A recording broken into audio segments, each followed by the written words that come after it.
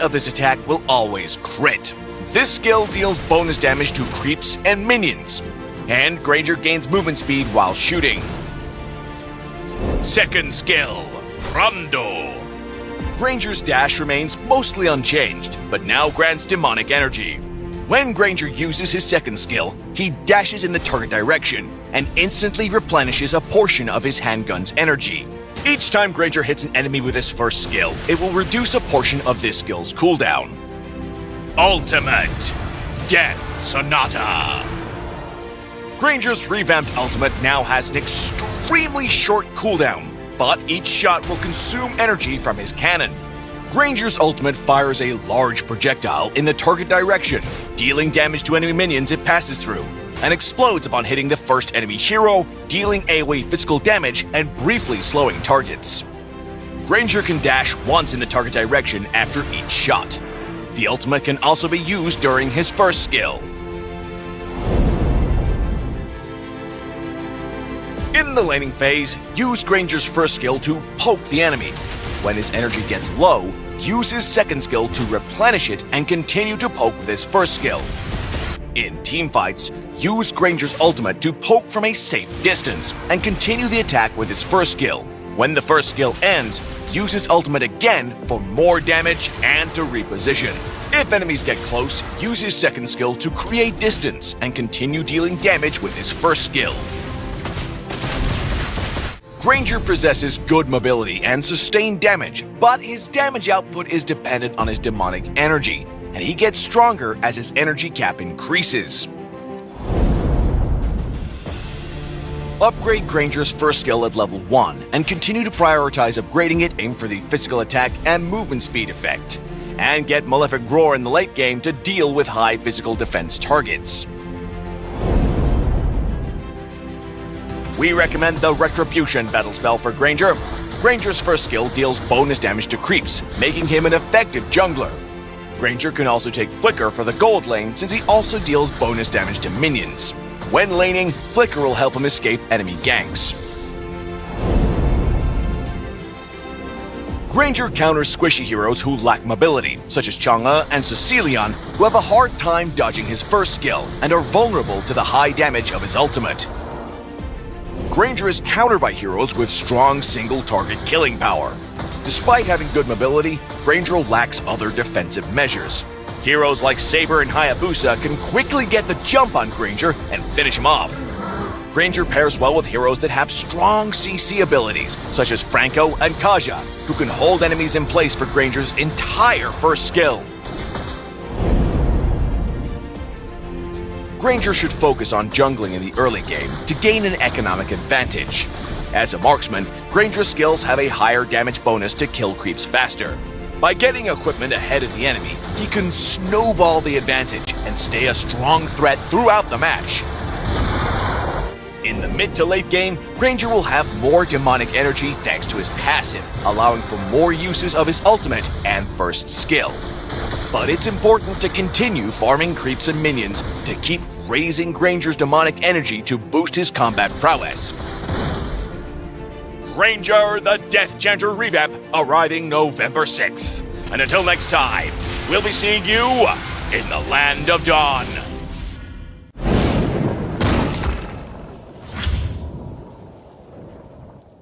Do I really have what it takes?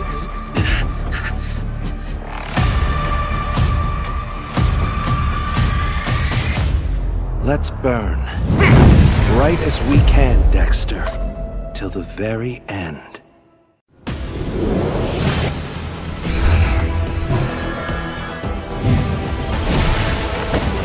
Our determination will never be extinguished!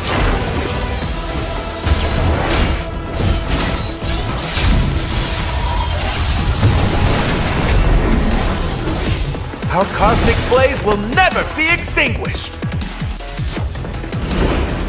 Cosmic flare! Time to shine, Dexter!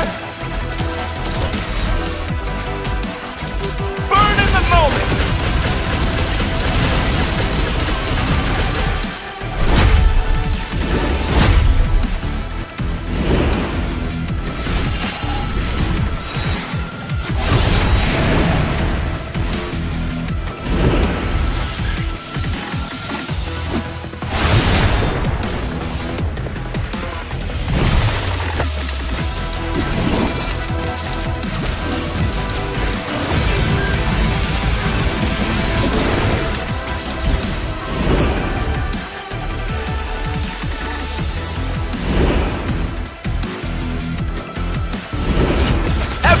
their own competitive dream. Burn with passion and always dare to shine.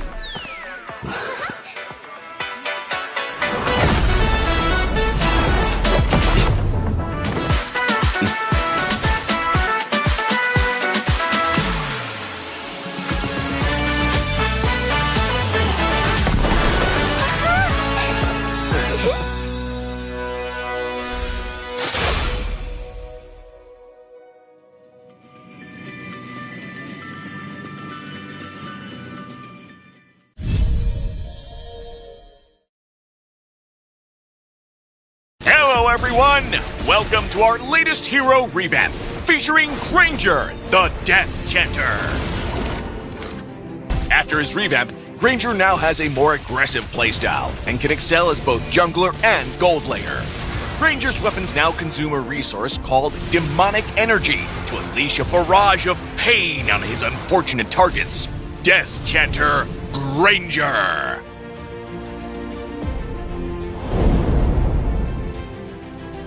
Passive skill, Capriccio.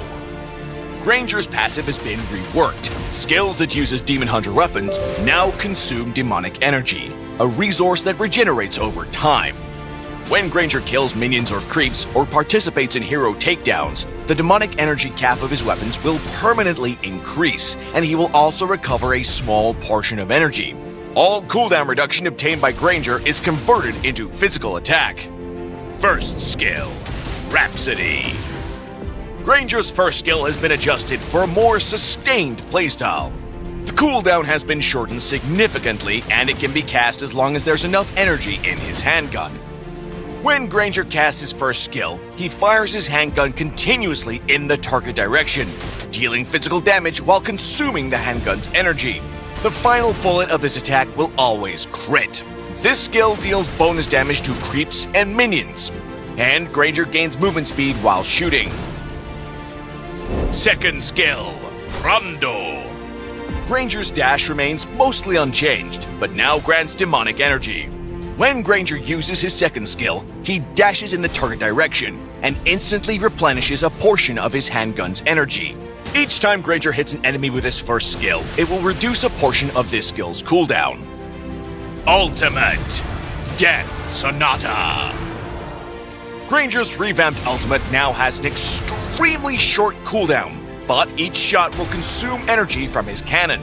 Granger's ultimate fires a large projectile in the target direction, dealing damage to enemy minions it passes through, and explodes upon hitting the first enemy hero, dealing AoE physical damage and briefly slowing targets. Granger can dash once in the target direction after each shot. The ultimate can also be used during his first skill.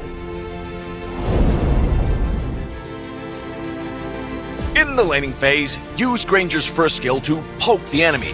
When his energy gets low, use his second skill to replenish it and continue to poke with his first skill. In teamfights, use Granger's ultimate to poke from a safe distance and continue the attack with his first skill. When the first skill ends, use his ultimate again for more damage and to reposition. If enemies get close, use his second skill to create distance and continue dealing damage with his first skill.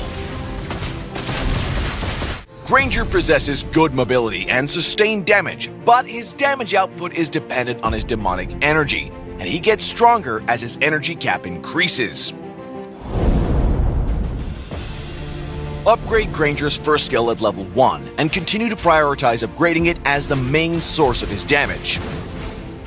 Granger can use his second skill during his first skill to adjust his position and ensure the first skill lines up with the target. When Granger's first skill can no longer hit the enemy, tap the skill again or the ultimate to end the first skill and conserve demonic energy. Granger can permanently increase his demonic energy by killing minions and creeps. The more you kill, the more you can use his skills. We recommend the Assassin emblem for Granger with the Rupture, Festival of Blood, and Lethal Ignition talents. Granger's first skill deals enough damage to quickly trigger Lethal Ignition's Scorch effect, and because Granger is a skill damage hero, Festival of Blood will greatly enhance his sustainability. Blade of Despair is Granger's core equipment. It provides very high physical attack to boost Granger's skill damage. Build Hunter Strike in the early game for the physical attack and movement speed effect, and get Malefic Roar in the late game to deal with high physical defense targets. We recommend the Retribution battle spell for Granger. Granger's first skill deals bonus damage to creeps, making him an effective jungler. Granger can also take Flicker for the gold lane since he also deals bonus damage to minions. When laning, Flicker will help him escape enemy ganks. Granger counters squishy heroes who lack mobility, such as Chang'e and Cecilion, who have a hard time dodging his first skill and are vulnerable to the high damage of his ultimate.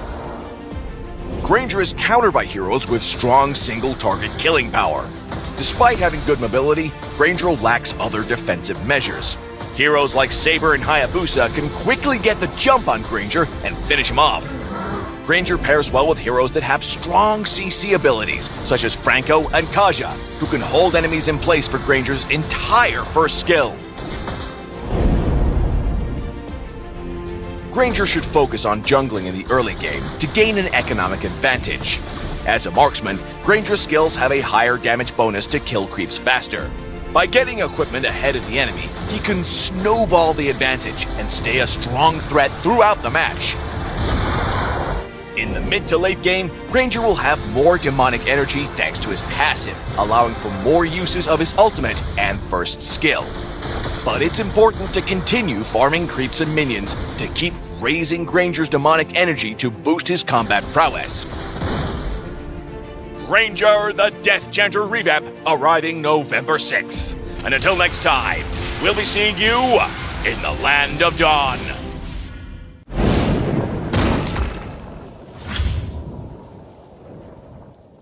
Do I really have what it takes?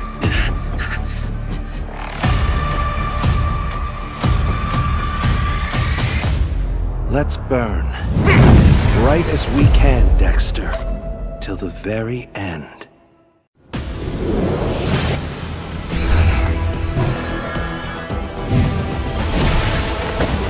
Our determination will never be extinguished!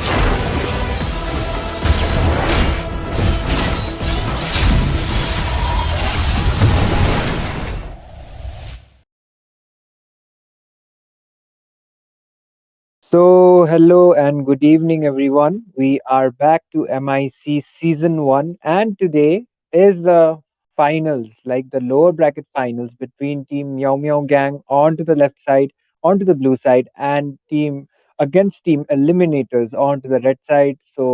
Yeah, this is going to be a best of five series, and the winner will be proceeding to the grand finals of MIC Season 1. They will be joining LCF out there, and the loser will be securing the third place. The bands have already started. I'll be a caster, co-caster Itami, and joining me will be another caster, and you all are familiar with her. It is going to be none other than Asuya. So hello, Asuya. Me. Hello everyone. And yes, this is going to be an amazing gameplay because both of these teams they have come face to face before and we all know that both of these teams have made a name for themselves. Both of these teams are really good with the gameplays. So I'm really hoping to see really exciting gameplays, playoffs from Sir, both the what's your sides. command? And Your with that, team let's is just move on to banning. the ban Satami. And just look at that. They will be banning out of Fanny. Well, of course, they did not want Joseph on the Fanny. He is pretty good with it. And I Katot highly Kacha agree. has also been banned out.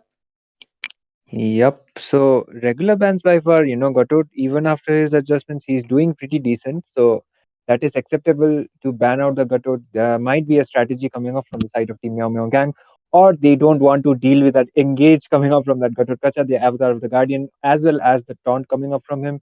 So that might be the reason Gatot is banned out. So, plenty of heroes still are left out, like the Chip, Jushin, Shuyo. So plenty opportunities for both of the sides to be banned out.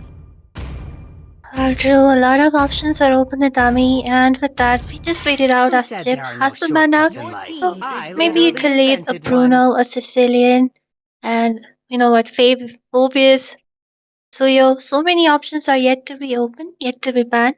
Even Hilda can be on the ban Fight! list right Fight there, for and the just as I ultimate speak, they will be banning anti-banning. out the Hilda. Quite a prediction, I would say. And yep, Hilda getting banned out is quite valid considering how good she is right now. So, an acceptable ban once again from the side of Team Eliminators I am not the as well only as the one Phobias. Your bound by So, team these is I guess banning. chains. from the side of Team Meow Meow, they might be cooking an assassin kind of a jungler instead of the utility. That might be the reason Phobias is banned out. So they don't want to deal, like they don't want to be dealing with that Phobias because he denies those dashy kind of compositions, as well as that infernal pursuit spamming ultimates will be quite annoying. True, I highly agree. But with that, Itami, there are so many options you can ban, so many heroes. So, like, they might even go in for a Matilda because I really believe when she is open, a lot of options for your team are open. You can go in for a dive in, you can go in for a hitbox, you can go in for what? A Always really on the aggressive way! tune. Oh, And oh, yes, Your team is oh, picking. Asuya, yes, yes, yes. Asuya just hitting the bullseye today in terms of the bans. So yeah, the Matilda, as you expected, is getting banned out, but that leaves out the Jushin as well as the Suyo, as well as the Alpha. There are so many picks right now, as well as the Sicilian. Like there are plenty of picks for the side of Team Meow Meow Gang to be proceeding as their first picks. So maybe, like most probably, a meta kind of a composition will be picked out as the first priority. So Karma hits as well as 27 are quite good on Khalid. So there is a possibility they might pick out the Khalid first and decide to use it as a flex pick. But the Jushin as well as the Sicilian is still open. So My okay, mission instead is it to is going to be protect the Your Hylos. lives. So team he is is a flex picking. pick as well, but 27 is the one who picked it, so most probably this might be an Hilo CXP. Well, true, and you know, when there is a high loss, they might even go in for a Eve. We just need to wait and watch that will they go in for her. But then again, giving bid Azushin is not a good sign. So maybe he goes for Azushin, or they might even go for Osuyo. Then again, like Sir Armon does have a lot of options. But I think, like, you know, if Suyo has been picked up, Alpha is the one who can counter it out, and Zushin is open, then they can always trade it off with a Sicilian. So a lot of options are open. Even Crisis might even lock down a Time Bruno. to take the field. Oh my Okay. god. Oh my god. Butterflies born by thy Your team wish, is picking. guided by um, I'm lantern's so sorry. light. I'm so sorry for getting spaced out, but okay. Asuya is on something else today. She predicted the Matilda as well as the Hilda bans. There you go. Matilda and the Hilda getting banned out. So She was just mentioning that Crisis might pick up the Bruno and giving bid the Jushin might be a bad idea. And that is what As exactly is happening. fleeting as a So, snowflake's Asuya breath, is on as something else today. timeless as a And okay, glacier's from the side heart. of Team Meow Meow Gang, the response is instead of the Sicilian, it's going to be that Aurora. So maybe, yeah, I was expecting the gold laner getting picked out. Mirio is quite comfortable on like many gold laners, like many marksmen, even the Harith as well. Okay, maybe a Melissa coming Time up? to drop No, the but it is beat going of to be your Joseph team is onto picking. that Joy. So, Joy has been quite rising up as well. True. I really believe that they need to pick up something which can lock down onto the Joy, especially towards the late game, because he will be constantly after the life of Bid and Crisis. So maybe Art goes in for maybe a Joe or maybe even a Franco is possible. With that, Khalid is yet to be open, so Legend might even be debating if he goes for Khalid. Or maybe something another flex pick. Maybe a CC could also work out in this game. What do you think, Itami? That is true. Like CC can also be a good pick. Her yo-yo blitz as well as that annoying kind of annoying skill set is going to be quite annoying for that high loss onto that EXP lane. But instead, it might be the Khalid getting picked out, The and yep, sand that is rises going when to I be give the the Your word. Khalid team is getting picked out banning. from the side of Team Eliminators. So Khalid is yet to be deciding where he is going to go, but it is Legend onto picking up that Khalid. So most probably this might be on Khalid EXP. True, and yet the second phase of the bans have started. So since the marksman is missing from the side of MMG, they might go in for a Nathan ban. Even Mirio can go in for a lot of options. He plays Harith, he plays Lunox, he plays a lot of core laners. So let's just see what ET is planning right now because they really need to shut down Mirio because towards the late game he will be giving a great performance. And with that, Time it will and be the tide wait for Beatrix no man Oh, banning is banning. Your out. girl. okay, so from the side of Team ET, Hayabusa. they are targeting Sando. the Your gold laner team is as well banning. as, the gold laner as well as maybe a potential EXP laner or a roamer might be targeted, but most probably another gold lane ban might be cooking up from the side of Team Eliminators. Meanwhile, from the side of Team Meow Meow Gang, they are targeting the jungler as well as the roam position. So Khalid is yet to decide where he is going to be going. And I guess most probably that is going to be another gold laner ban, and yep, To that me, is going to your be the fun is all 1-1 that getting banned out as matters. well. Well, pretty good bans targeted Miria at this point. And then again, like a Hayabusa targeting Sarar Moon has been banned out. They might go in for a Link. Because I think Link can dive back, take down Eden, and Aurora will be actually a bone of contention in those team fights. So someone really needs to lock her down, even though she does have that passive. But then again, ET does have a really aggressive kind of gameplay. So Sarar Moon might even go in for Alpha. But then again, I do not think so. Alpha will be much use here because the CC coming from Eden can actually lock him down. Wherever I go, Indeed, and okay, a your Raphael team ban is coming up. picking. So that kind of denies the utility kind of a composition that might have come up from the side of Team Eliminators because the Alpha is still open and Alpha combined. It's just not the Matilda. He can be combined with the Rafaela or maybe even the Florin as well. He is a utility kind of a jungler, but still he will be able to dish out a lot of damage onto that tanky kind of a comp that might come up from the side of Team Meow Meow as Your well. But team is okay, Oh, banning. that is going to be art onto that chow. Something, we don't see much actually. I mentioned it before though, because they really need to lock down Joseph towards his Yep. art. So I was really hoping he might in for a Franco or a Joe, and yes, he will be going in for a pick-off composition. So let's just see how it works out, Itami. Indeed, and okay, Mirio as well as Karma are yet to be picking out the heroes. The gold lane, yeah, against Bruno, there are plenty options too. Like the Brody can also be good as well, but it depends upon how Mirio is going to be utilizing it when the Brody is getting picked out. But I'm seeing a Granger on my screen, so there is a slight Experience chance, the and yup, euphony of that is going to be the suffering. Granger going on to the gold lane. Meteor onto that Granger as well as Karma heads Your onto the team Brock. is So picking. from the side of Team Meow Meow, the lineup is complete from the side of Team Eliminators. The cherry on top might be the Suyo. He was all open for all this time. So, it depends upon Sir Armon, what he is to be going with. True, and the side of Meow Gang right now looks really, really strong in the early game with the high loss and Karma on the clock. So they might Oh, even go in to invade the enemy jungle. And since Sarar Moon has picked up his link, I think he will be having a really, really hard time to farm in the early game because I'm sure Karma 27 and Eden might go in for the invade.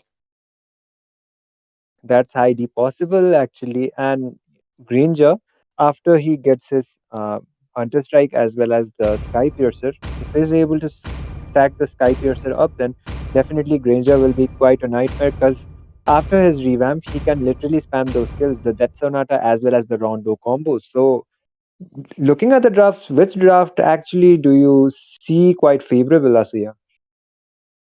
Well, if you ask me, what the, in this game, both the drafts look really strong to me. It really matters on execution. Both the teams really need to give that snowball to the jungler, especially when it comes to ET. They need to protect the jungle for Sarar Moon because the aggro coming from the side of MMG in the early game will be really, really hard to counter. Let's just see then if MMG are actually in to utilize that early game aggression they have. And with this, ladies and gentlemen, here we are into the land of dawn. This is the best of five between Meow Gang and Eliminators. Both the teams looking strong, and with that, the invade has already begun. Just look at Legend right there. But the ring of punishment will be punishing him, although he does have his, speed up to just go away. So yeah, nothing much will be happening, Itami. Indeed, Legend maybe was trying to get some vision that he was making sure that from the side of Team Meow Meow they start purple like the orange buffers. That is what he was trying to indicate. Art with the pokes onto Eden as well as Karma won't be done much, but still it would be better if they were focusing onto their level 4 objectives. The Lethal Wanderer already being contested and actually being taken down from the side of Team Eliminators. Just look at the jungle. Sarar Moon, one level ahead of Joy at this point. She is just going in for a purple buff, but look at Karma looking really low. Bid. Oh my god, he wasn't able to get those last of the stacks as he's getting frozen right there, being poked by Aurora. But he is doing his level best not to let them recall, let them poke around. Poking game for now. Joseph is already level 4. So he has the high chances to be contesting the turtle unless from the side of Team Meow Meow they don't lose their members so early on to that upcoming turtle fight. So basic rotations by far as well as Seramun is also level 4. So no, there is not a level gap at least for now. Match is trying quite a wing equal. The turtle about to be spawning onto the next 15 seconds. And I guess both of the teams will be on a position to be contesting that turtle.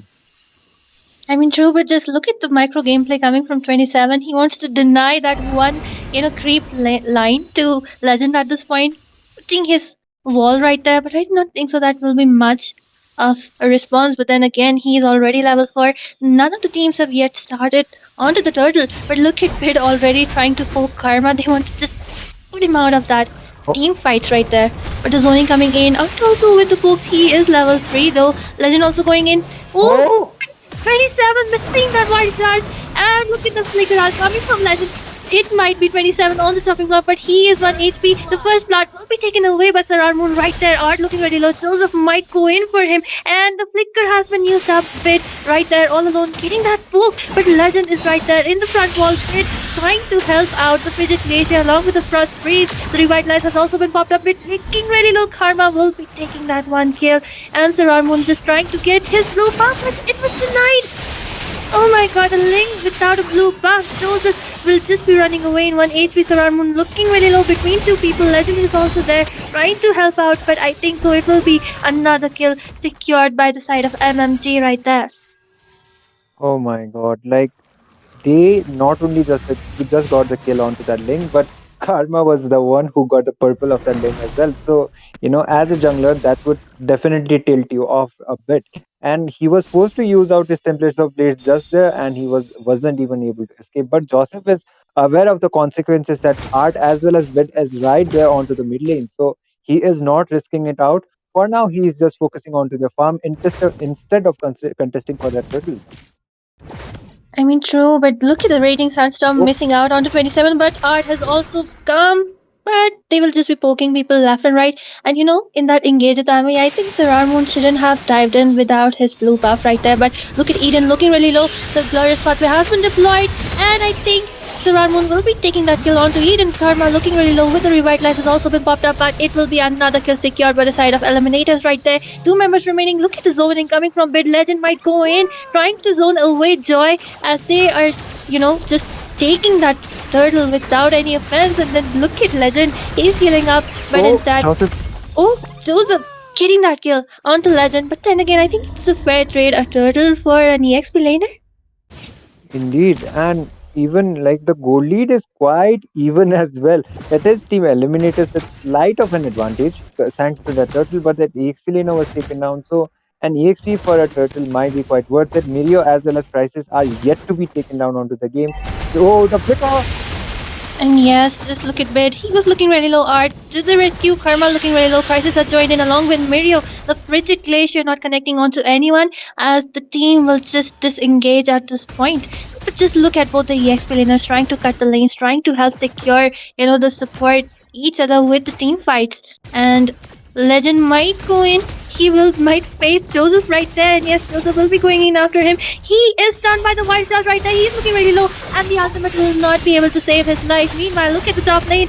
Moon getting that kill onto Mirio once again. Karma between three people, looking really low. The glorious pathway has also been deployed. Art will be dashing away. Wait, it's Bid on the turtle though, and at the same time, he is stacking up, zoning people away. He's doing an amazing job. And I think the team fight might not stop as the poking is going between Eden and Bid right there. They might go in for the first tier turret. Just look at the damage coming for Crisis, and the passive of Eden has been used up. Art might go in for some gameplay because he's hidden right there. Moon also inside that bush. Art going in. Will the way of the dragon connect onto Grok? Grok looking really low, and yes, it will be 1 versus 5 as Grok will be taken down right there. Man, Eliminators are actually like pulling it off when it comes to the team fights too, but still MEOW Gang are also not backing off as well completely. So the turtle about to be spawning at the engage. Yes, I think a lot of wastage of resources as Bit just, escapes using his ultimate. And look at R trying to provide some vision, trying to zone people away. And Joy also providing some damage, but look at Mirio. He was just cut off by Legend for some time, but then they will just be disengaging as the turtle has spawned. ET once again onto the turtle.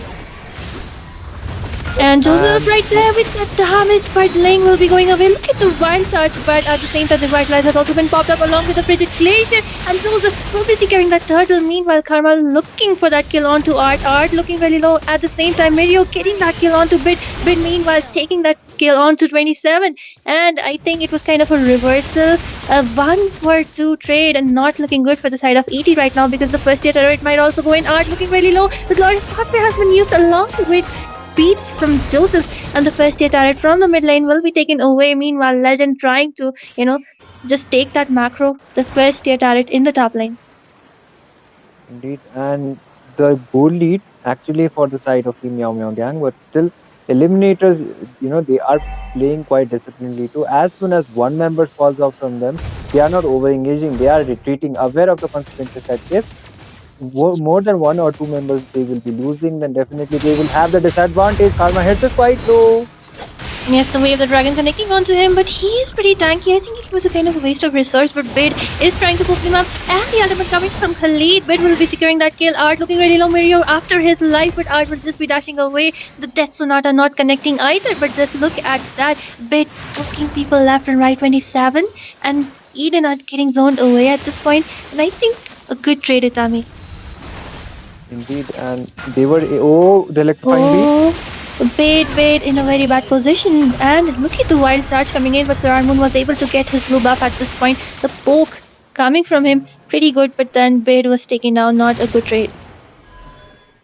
Indeed, and it's kind of hard to actually like a favor aside on at this point because the game is quite equal. Even though from the side of Team MEOW they come up with the trade, but still Eliminators are also pulling up a trade as well. That is what is happening. So the goal lead is not that much, and it only takes from the side of Team Eliminators a really one good team fight. As soon as one member from the side of Team MEOW falls, but they engage onto the top. I think it was a waste of resources as no Oh one my will god. actually be engaging right there. But then again, another turret down from the side of Eliminators. They really need to buck up the macro gameplay because Crisis always makes sure that the turrets are taken down. But then in these team fights, he's not able to do that. And the First Lord has spawned the two teams might be looking for competition. But trying to zone people away are at the same, but the white star on the critical coming from 27, but will be taken down by Joseph right there. The glorious pathway also coming in, and a double kill secured by Joseph. The wall coming in, Crisis just flickers away, and Bit has been taken down by Legend. Legend, that was a really great ultimate, but then again, a wipe out 1 for 0 trade. 1 for 4 trade actually, and it's an easy Lord secured from the side of MMG. Man, oh man. It only took one really good initiation from them. As soon as 27 headed for that wild card, all of the members from the side of Team Namagam were on position to be contesting a team fight. And that is what happened. Crisis, you might be taken down. Crisis in a crisis right now, but of course the Glorious Pathway has also been deployed, and 27 will be taking that claim. Look at that damage coming from Mirror at this point. Bid is right there, Legend joining in, and Bid will be securing that kill onto 27. Instead, the Tempest of Blade has also been, along with the Raging Sandstorm, and Mirror will also be taken down, and Legend is going for Eden. The poke is still there, but I kind of think this is an over engage because it was a 2 for 3 trade. Indeed, and Meow Meow Gang still quite favorable. So Crisis falling down like that definitely is not a good sign for the side of Team ET because Crisis, being the goal laner, he doesn't have the kills as well. It is actually Bid who has the most kills onto for the side of Team Eliminators. So mostly what do we expect from a goal laner is get his objectives, try to get some kills and try to do the push. But that is what is actually not happening onto the team. At least the Lord actually going on to waste that lane sync was not up to the point for the side of Team MNG, at least for now. Moon might be trying to engage onto Joseph. Joseph is still just waiting in order to make an engage. I guess Team ET were not aware that Joseph was right hiding there onto that bush. I mean, Drew, I'm really loving how Joseph, he's always taking down Bid because Bid, like you mentioned, is the biggest problem for MMG at this point. And if he's taking down, a lot of team fights are going to the losing end. And with that, another inhibitor down from the side of MMG. Eliminators not looking good. They are just slowly getting boxed up inside their cage. I really believe that Joseph Art needs to use the Way of the Dragon onto Joseph. Joseph needs to be taken down. At the same time, Sararmo needs to take down Mirio and Eden from behind. And that's something which they're not able to do. But then that engage coming in the top lane, look at the damage. The Raging Sandstorm has been used as a defensive maneuver, but at the same time, Art was taken down by Joseph right there as the revitalize from Hylos. Like his HP is not getting melted down at all. Bit trying to zone people away, and 27 was taken down by Sararmoon. Wait, no, it was Sararmoon taken down by 27 right there. A 2-4-0 trade once again for the side of Team MMG. So they have the goal lead as well, but the engage coming up from okay, the flicker has been used out as well. They will be able to get that tower, at least for now. That bait was quite worth it. And it only remains 3 inhibitor towers as well as a bot S2 tier 2 tower for the side of Team ET. A really good team fight needs to be pulled up from them in order to be still having an advantage onto this match.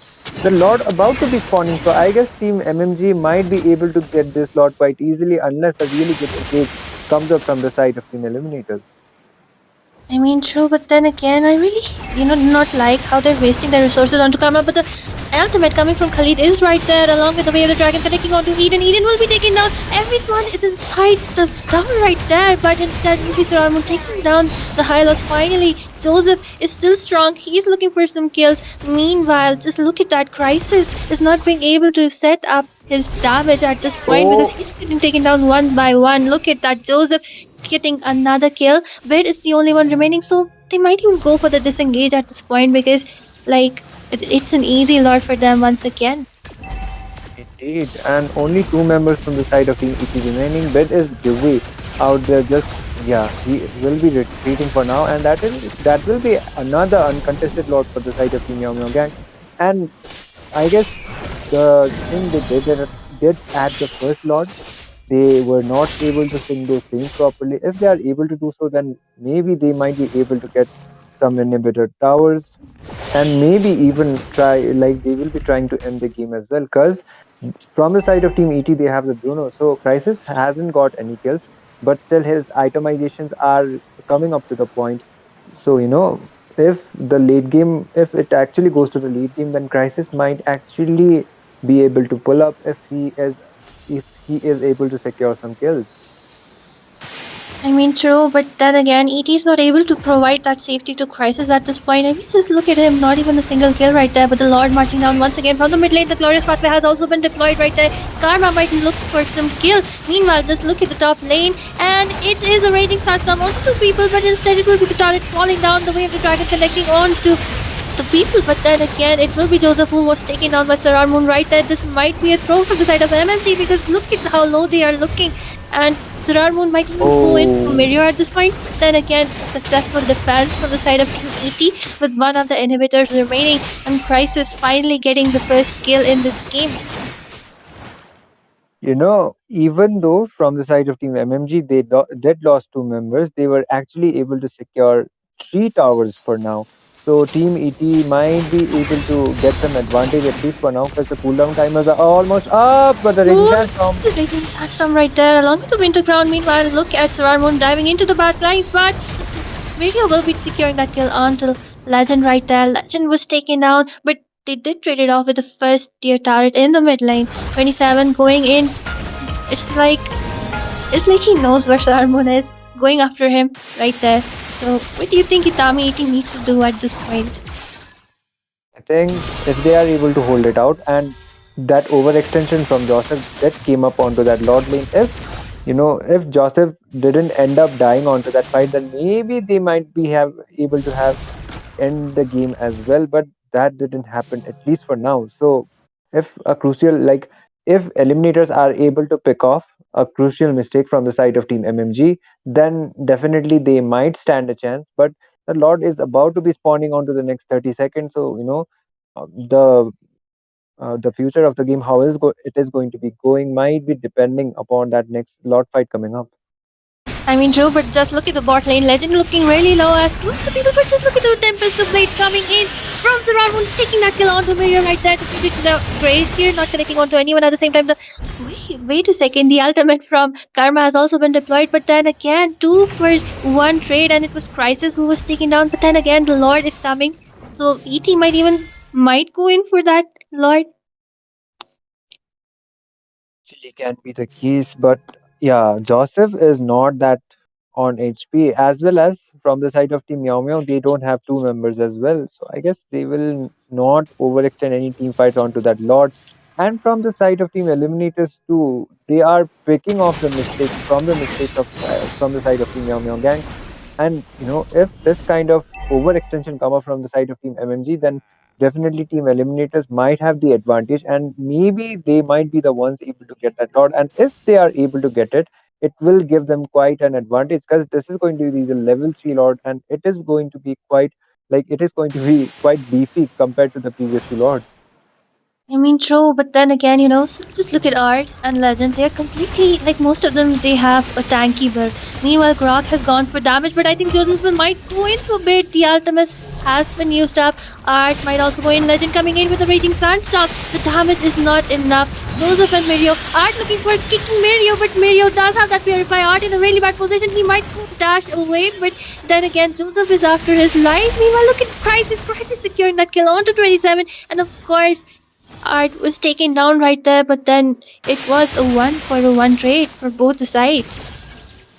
Indeed, and I don't think the team fight might be still over, but still, Meow Meow Gang will be the one contesting the Lord first. Terrar Moon is still there, but he doesn't have his purple buff. He might be able to get it, and the electrifying beats as well as Ringgit from Khalid. Okay, Khalid looking really low. The Winter Crown along with the heal, the Raging Sandstorm has been deployed to just escape from the team fight. And I think another Lord taken from the side of MMG right there. I do not know if they will be able to defend this Lord because this is gonna be really hefty. And they do not even have the links all synced up. I really believe that, Sarar Moon might go in for a split push at this point. And Bit really needs to be careful from Joseph. Yep, and okay, Karma is getting quite poked down from Legend, but yeah, the Jushin's Lantern might also be able to get that kill, but Mirio trying to engage onto there, but the Lord already going from the mid side, and I guess Crisis might be able to get that Lord quite easily. The lane sync is not still up to the point from the side of Team MMG, but there is a potential that 27 might be the one trying to engage. Oh, look at the glorious pathway has been deployed. Crisis taking that kill onto 27. It was too much of an over-engage. Moon finally getting that kill onto Joseph right there. Look at Bid going in for Karma hits. Double kill secured by Moon right there. And of course, Crisis will be taking that kill onto Eden. Only one member remaining. Karma with the immortality. The immortality is down. So this might be the last nail in the coffin because just look at the 50 seconds cooldown. And if they go in for that Oh final push, wow. Eliminators might be getting this victory, Tommy.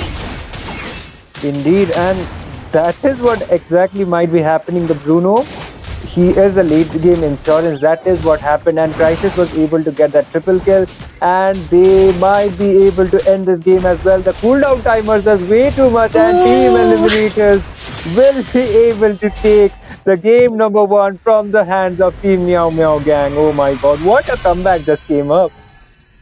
You know what, Dami? Victory! Defense is the best offense. That's what Eliminators just started right now. They secure, like, they were so much on the back foot. They just, from that scratch, that one overextension from the side of MMG costed them the entire game, the entire first game taken by the hands of Eliminators.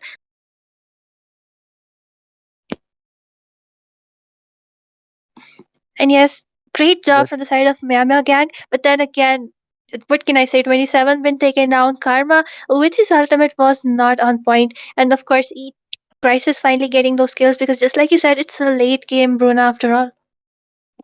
indeed. Even though onto the early to mid game phases, Eliminators were getting kind of poked down, but still able to hold it out like that, as well as picking off from the mistakes from the side of Team Meow Meow Gang, is what actually Eliminators needed. And as soon as there was a complete wipeout, they got the advantage. Like they had the minions too, so they just decided to go out there and directly end the game. Meanwhile, Crisis onto that Bruno is one thing I would like to highlight as well, because he had the late game kind of an insurance. Even though onto the till to the mid game phases, he didn't have a single kill, but all he did was get the gold, get those core items, and be able to farm up enough that you will be able to provide that late game damage, and that is what happened, a complete wipeout and the victory being secured from the side of Team ET. Well, true, and towards the end, like if you see for the entire game, they were not letting Crisis the space which he needed, and that's what led to that overextension. Joseph as well as 27, they went in for Crisis, they went in for Bid, but then again, they could always retreat towards the fountain, and that was a crucial mistake which they made, securing, you know, the victory to ET. And with that, ladies and gentlemen, this is the first match taken away by Eliminators, but there are a lot other matches to come. So stay tuned as we go in for a short break.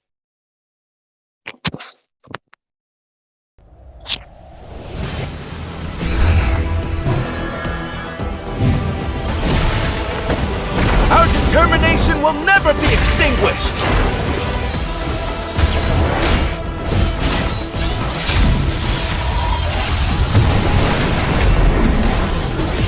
Our cosmic blaze will never be extinguished!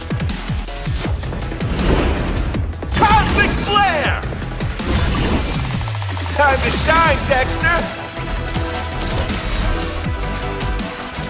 Burn in the moment!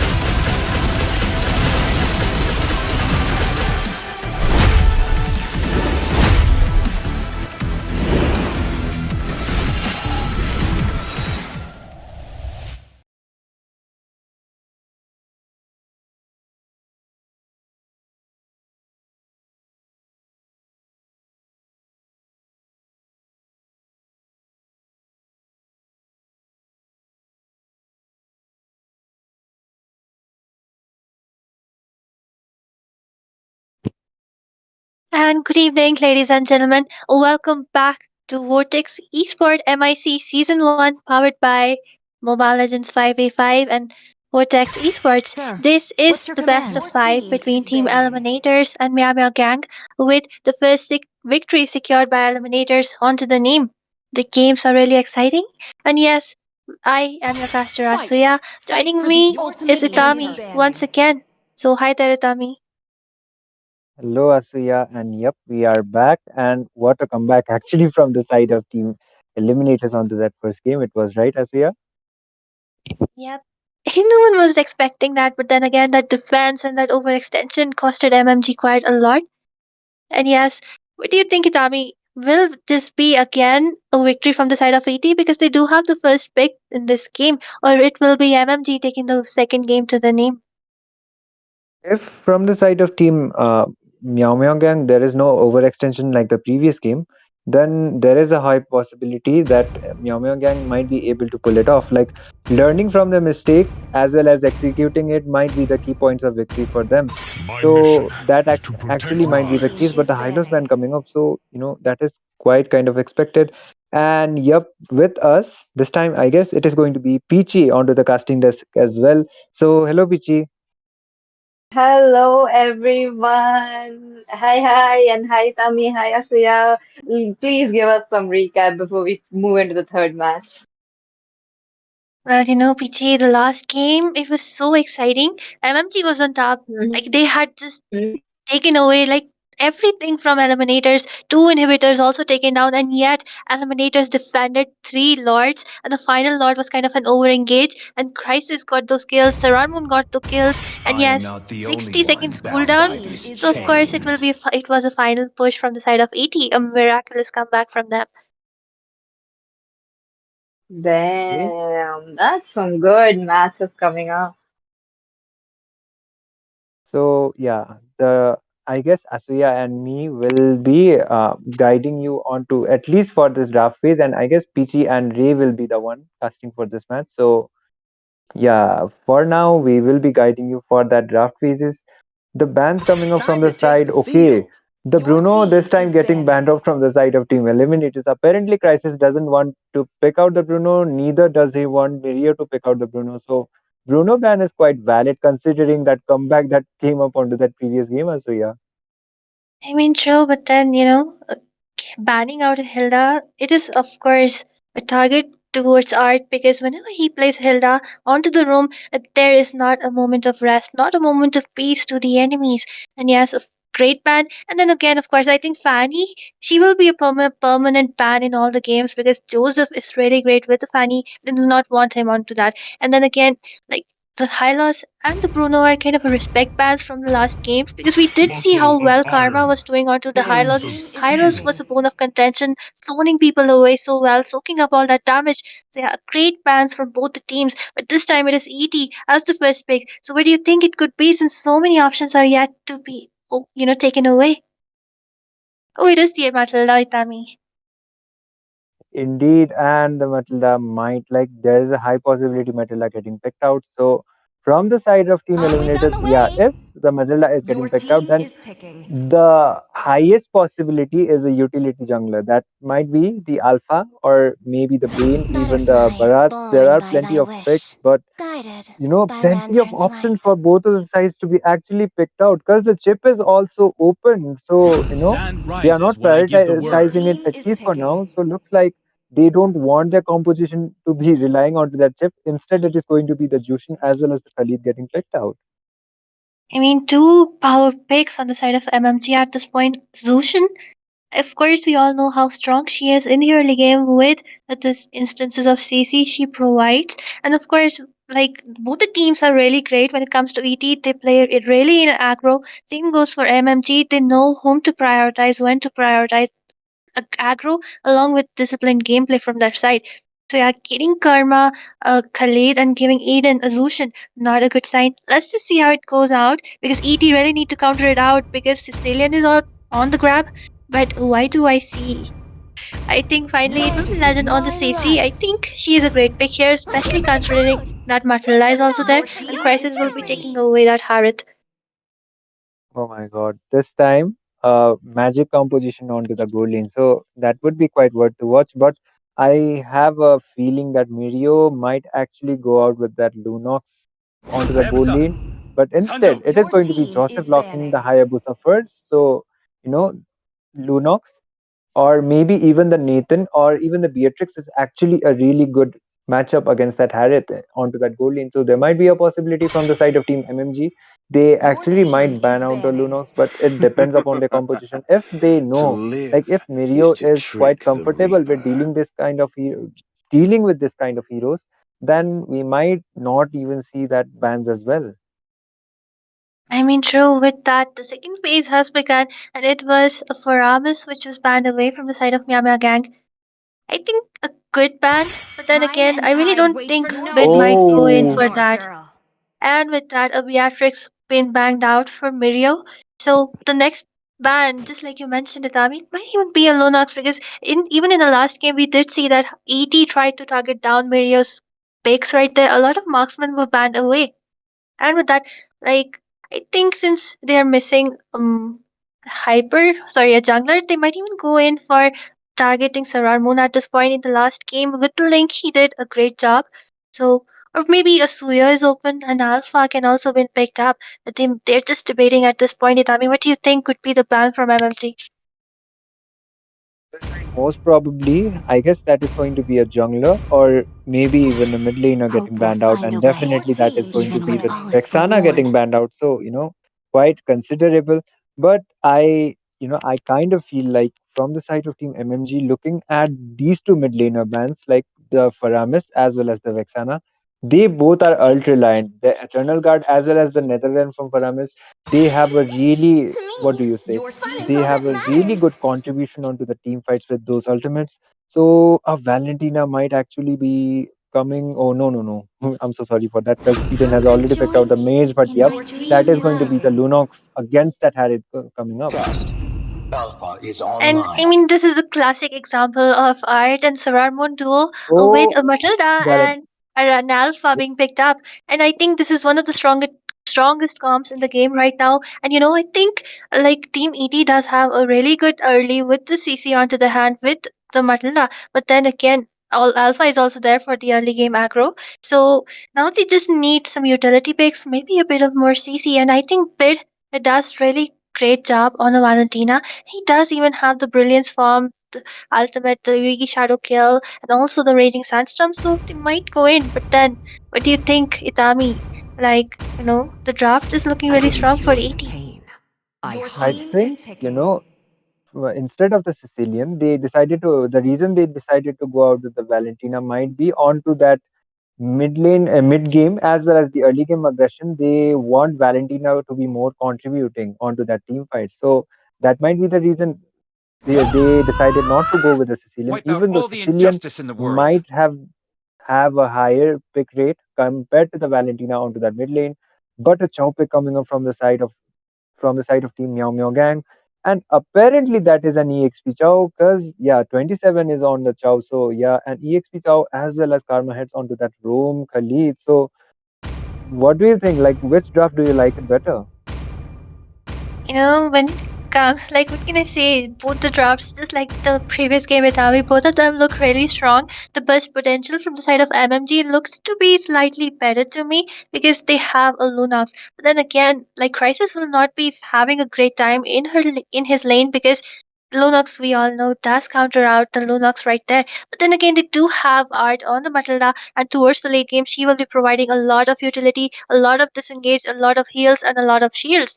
And if Sarar Moon is able to provide Crisis with the farm he needs, Welcome it to can be a Mobile victory to the name. Legends. But then again, with this, ladies and gentlemen, we are going to the land of Five Dawn, seconds and till with the that, enemy me and reaches the Itami will be battlefield. signing out because Smash two them. of the best casters will be joining us all Ultimates in this game, deployed. PG and Ray. So take it up. Hello, everyone, and welcome back to the match number three. There we go. It's going on very interesting, and this is Kiki, your caster, and along with me, I have Ray. Ray, take it away. I just gave a really nice intro. Okay, it was the best intro in all of existence, but I was muted, and it will disappear with time, and we won't be getting it. But jokes aside, I'm happy to be joining here with you, PT, and thank you to Asuya and Itami for casting that amazing first game as well as doing the draft for us. But we already have the game, to witness, and let's see which team is able to take this game. After all, this is a best of five, right, PT? Yep. The lower bracket, TT versus MMG. We are already looking at some skirmish on the mid lane. Both the teams trying to get extra information as much as that they could be extra careful. Exactly, PT, because I feel like I mean, the matchups, I mean, these two teams, they have faced off each other in so many tournaments before. They have also faced each other in so many matches. They know each Yeah. other's footprints, right? They also placed the previous match. So let's see what they really have to do. Looking at the both teams right now, though, like the if winning condition, it's quite clear. Both of the junglers, they want a snowball. Both of the gold laners, they want the comfort to outplay each other. But let's see which one is able to win out that condition. Oh, I'm curious to know. I'm curious to know as well because the turtle will be up in just few seconds, less than 5 seconds onto the timer. Hayabusa as well as Alpha already onto the top lane, trying to get those extra EXP off there. But the Alpha starts coming directly onto the Hayabusa, but the shadows are on point. But he will be low and most likely not contest the turtle given the state of his HP. But they are trying to get one more. Khalid trying to run away. He does get his passive up on time. Yeah, and we can already see the mid lane matchup. It's favoring a little bit to the side of Team Eliminators right now. Okay, Turtle fight is up. Okay, look at that. Okay. Both the teams trying to get it. Retribution already on point. It will be Hayabusa taking it away. On to the other hand, they are still finding up the first blood. Unable to do so, they are still going in. Valentina with that Crimson Beacon. Anytime she would be just ready to pop up at time. That is probably to be used as an escape because she doesn't really have the lantern with her. She can't copy the lantern, the essence of it. Okay, CC, just as I was speaking, got taken down, and that would be the first blood for the side of Team MEOW Gang. But anyways, Peachy, like Mm-hmm. they have the Matilda and Alpha combo, so that gives the jungler Yep. as well as the mid laner quite the edge. But at the same time, though, Valentina only has like two ults that she can really copy. It is the Khalid's Raging Sandstorm and Chaos. Okay, into the bot lane, though. There's an ambush. Legend, you have to be careful because I feel like okay, he will be surviving it. Yep, he's safe for now.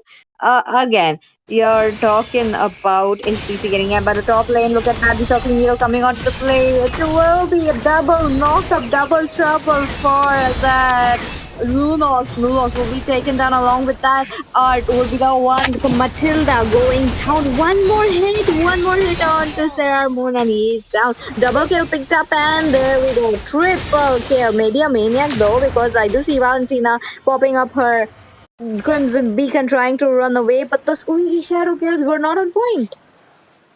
Yep, he just missed it out on the minions. Khalid, though, really playing quite aggressive, and that triple kill will help Karma Hits to get a little bit of a more gold. Because, ladies and gentlemen, one of the interesting things is that Roamer, they are usually the lowest gold. But if they get a lot of gold, that means they will get their items first. They will be much chunkier to be dealt with.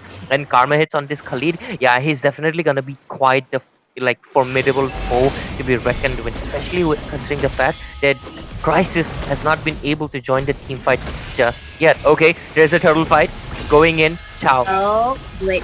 Chow, he's trying to get a jump. Okay. Alpha thought on him, but the retribution going into the hands of Team MFG already. They look at them. They are still dealing so much damage. Two Crimson Beacons coming onto the play, but Zushin, the real Zushin, picking up heroes left and right. They still going for more. Double kill picked up by Zushin, but he is safe for now. What a trade.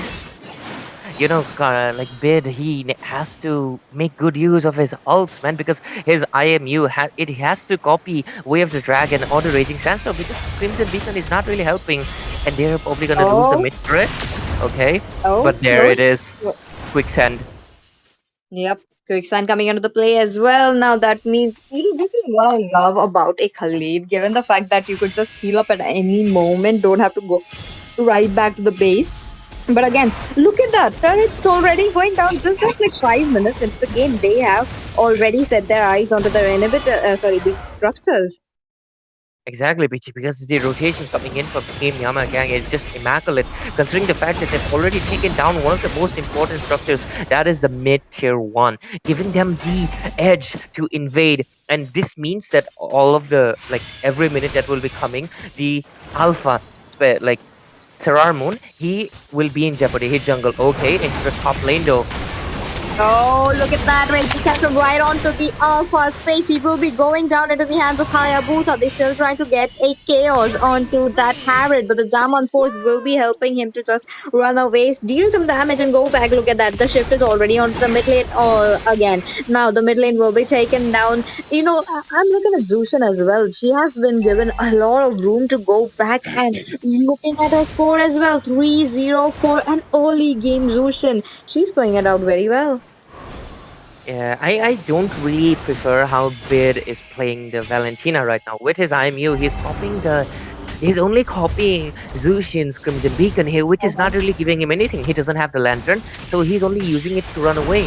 So Oh, defensive. way of And look at dragon, that. way of dragon coming in right on the face of Sailor yet again. He will be taken down. This is the beauty of taking down the mid turret. Look at that. Invid right after that 1 minute again. The turtle going into the hands of team MMG now. Hayabusa, he's on an advantage. He's on the upper hand. Look at them. They already put their attention on the mid lane. They got to go in for more, but the Zaman force already left out. And it will be another kill picked up by Lumos. Two members from the Team ET are already down. They are trying to get one more. Look at that. Art runs in with the circling eagle, but okay. Look at that. Legend will be taken down. I am looking at Hayabusa as well. He's been using up his shadows quite well. I mean, that is just Joseph showing why he's one of the top junglers. I mean, he just stole that first objective without any issues. Like, that was a Yep. retribution battle, and he just won it.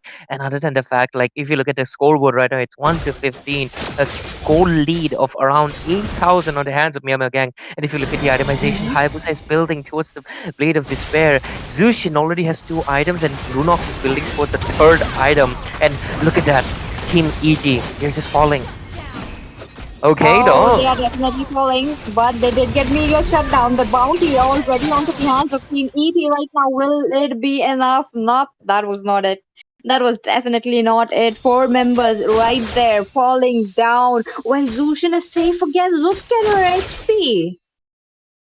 I mean, like Edith just really playing it off 5-0-11 out to this mid laner. That is just impressive work. Mario shutdown was quite worth it, but Oh, still, oh. okay, Wave the Dragon. It's gonna be a solo pick off. Yep, definitely. They're just styling. Look at that. Yep, they're definitely smiling, but the zone coming up from Khalid.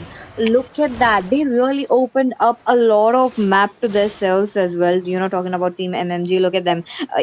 The first lord hasn't even spawned yet, and they have already opened up quite a few turrets to themselves. 5 turrets going down into their hands now. Team ET, they need to really get the team fight up. Legend has to start coming up with the team fight, trying to make sure that he is giving up damage as well. But the Lord, an easy Lord for the side of Team MMGO. They look at them, they're trying for another way of dragon. The Zaman push dropped as well. The Vengeance doing so much damage, but not it. Art will be taken down along with that Karma hit shutdown. Another shutdown. 27 will be popped up as well. So far, 2 for 2 trade, and they are trying to look for more, but nope, they just made it to 3. Double kill picked up by Lunox. Looking quite strong, but this might be the final stretch given the goal difference that these team have right now. Oh, Zaman goes once again, but it will be Khalid directly jumping up with the OEP shadow coming in from Hayabusa. Harris will be going down, but the mid lane might be falling down any minute. And they're still playing it quite aggressive. Joseph, he's just not really stopping. Look at that. There's Nope. the circling eagle, but he also No has the way. Uki shadow kill. Okay, finally, it is the shutdown. Yep, Okay, they so get it. He's safe for now, but Luno joins with the team fight. Will be the death for Legend. Alpha on the other hand tries to jump away, but Khalid trying to take so much damage. Now they are backing away because the Lord is coming up. The Lord marching up from the top lane right now. Team ET, they need to make a very good lane defense. The minions are pouring in, the lane pressure getting high as well. They need to make sure that they are clearing up the crystal. Yep, they already lost out their mid inhibitor turrets, and right now the top and bottom turrets are also in jeopardy, and it's gonna be taken down as soon as possible because this other side is paying attention. Yep, definitely. And I'm also looking at Karma hits right now. He's just waiting for Pop that raging sandstorm right under the face. Look at him. He's just trying to be the frontliner despite they do have a Chow as their jungle, but okay, they are trying to go for more. Look at them. Not much onto the game already, but let's just have a look at the items for so far. I feel like Joseph is all farmed up. Yeah, I mean, at this point of the game, though, like BT, like look at them, they're just getting Uh-huh. picked off. Literally, Oh, look at the way of the dragon. yep, look at them. The Raman Fauzi had, dropped even though it did not save from the wrath of Hayabusa. They tried to go in for more. 27 looking for another knock up, but will they be successful though? Four members, okay, not four, but three members are waiting it out, trying to protect their crystal, trying to protect their glory as well. But will it be enough? Because the minion pressure, the lane pressure that team Meow Meow gang right now giving up. I really like how they snowballed the game. Okay, the shadows coming in as well. Not much, not much. They're just teasing around. They're just playing around Team ET right now. I mean, like Team Yama again, their aggression is just extremely impressive. They have the snowball, but so does the side of Eliminators. But they really made it work. Okay, the Karma Oh, hits Winter Crown play. okay, Karma is he's all alone, but will he be successful? They're running away. He's trying to make a run, but the Lord will be taken down into the hands of Joseph. Now this would be the level 2 Lord, but look at the Sky Piercer stack. Sky Piercer is doing so much damage. It literally just popped like 10% of the HP of a Valentina. Another man down, two members already. Then it will be Terrar Moon taken down as well, but the minions are not stopping. Look at Karma hits again. He is all healed up with the quicksand, but the circling eagle coming onto the play. Along with that, they are trying to get ahead. Will they be successful though? It will be the art going down, and the minions are coming in. The Lord is coming in. The crystal looking quite exposed, and these players are just falling down like a dominoes. And the last thing would be the crystal and MMG scoring Victory! up the second point. Oh, not the second point, the first point. MMG just came back with a full punch to the face because what was that absolute annihilation coming in from their side? 32-5 score. That that is how much they snowballed. It's just not the kills, but it's also the turrets. I feel like Team 80 did not even get a single turret. That is the amount of zoning as well as the map control that the side of Team Yamagang really showed into this game. Like Eden, he was all over this map and Bed was not able to keep up with him, mainly considering the fact that Myanmar Gang has a really good draft. They didn't really have any good set for Bit to pick up. He can pick up 27's Way of the Dragon, but it can only pick off one person, which is not really beneficial for what team it is really looking for. So it is very impressive. They kind of outdrafted, but their playstyle though completely annihilated the side of team eliminators. And at the same time though, I feel like eliminators played a little bit defensive. Perhaps they were a little bit too cautious about the dangers about the snowball, and but that fear led them to their misery, and they will be losing this game. Now the score is even out. Yep, the score is even out, but as we all know that this is going to be the best of 5 series, that means one team will be coming up to the victory. And since this is the lower bracket finals, look at that. Get your friends. Look at that MMG versus ET, the top squads in India right now playing against each other. Who wants to miss that? Exactly, who wants to miss that? So will we be taking a break or will we be jumping into the next game? I'm not really sure, but yeah, do bring out your friends, guys, because this is after all two of the top teams. I mean, you can consider them even the top fives, right? So yeah, definitely the strongest teams.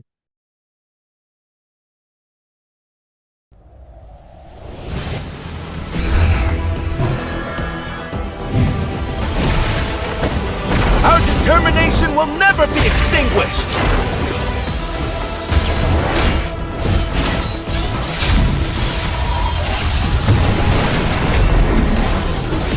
Our cosmic blaze will never be extinguished!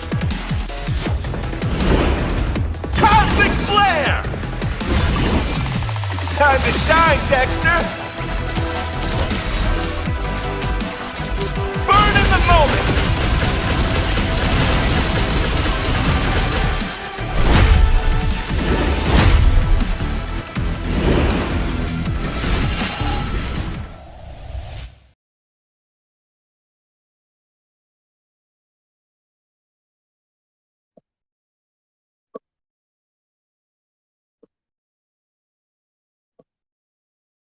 So looks like we are back onto the game number three Your team between is Team scanning. Eliminators, this time onto the red, going up against Team Meow Meow Gang onto the blue side. So on to the second game, there was a complete domination coming up from the side of Team Meow Meow Gang. I don't think that was actually a draft kind of an issue, but I think that might be the execution kind of an issue because right from the early game, Meow Meow Gang Sir, played what's your really command? Your they team is played banning. really aggressive, and it actually paid it out for them. This time, I'll be a caster Itami, and joining me will be another caster, and it is going to be none other than Peachy. So, hi Peachy. Hello, Itami, and hello, everyone. Welcome back to the third match of the day, the lower bracket finals that you guys are watching right now. ET versus MMG. You know, the score is even right now, 1-1. Last game, uh, Meow Meow Gang really put that pressure on ET. You know, taking up the mid turret that really opened up the jungle. That means Sarah Moon got invaded every single time when he was in his own jungle area. Imagine getting ganked every single time when you just want to Ready? farm up Go! Your peacefully. team is banning.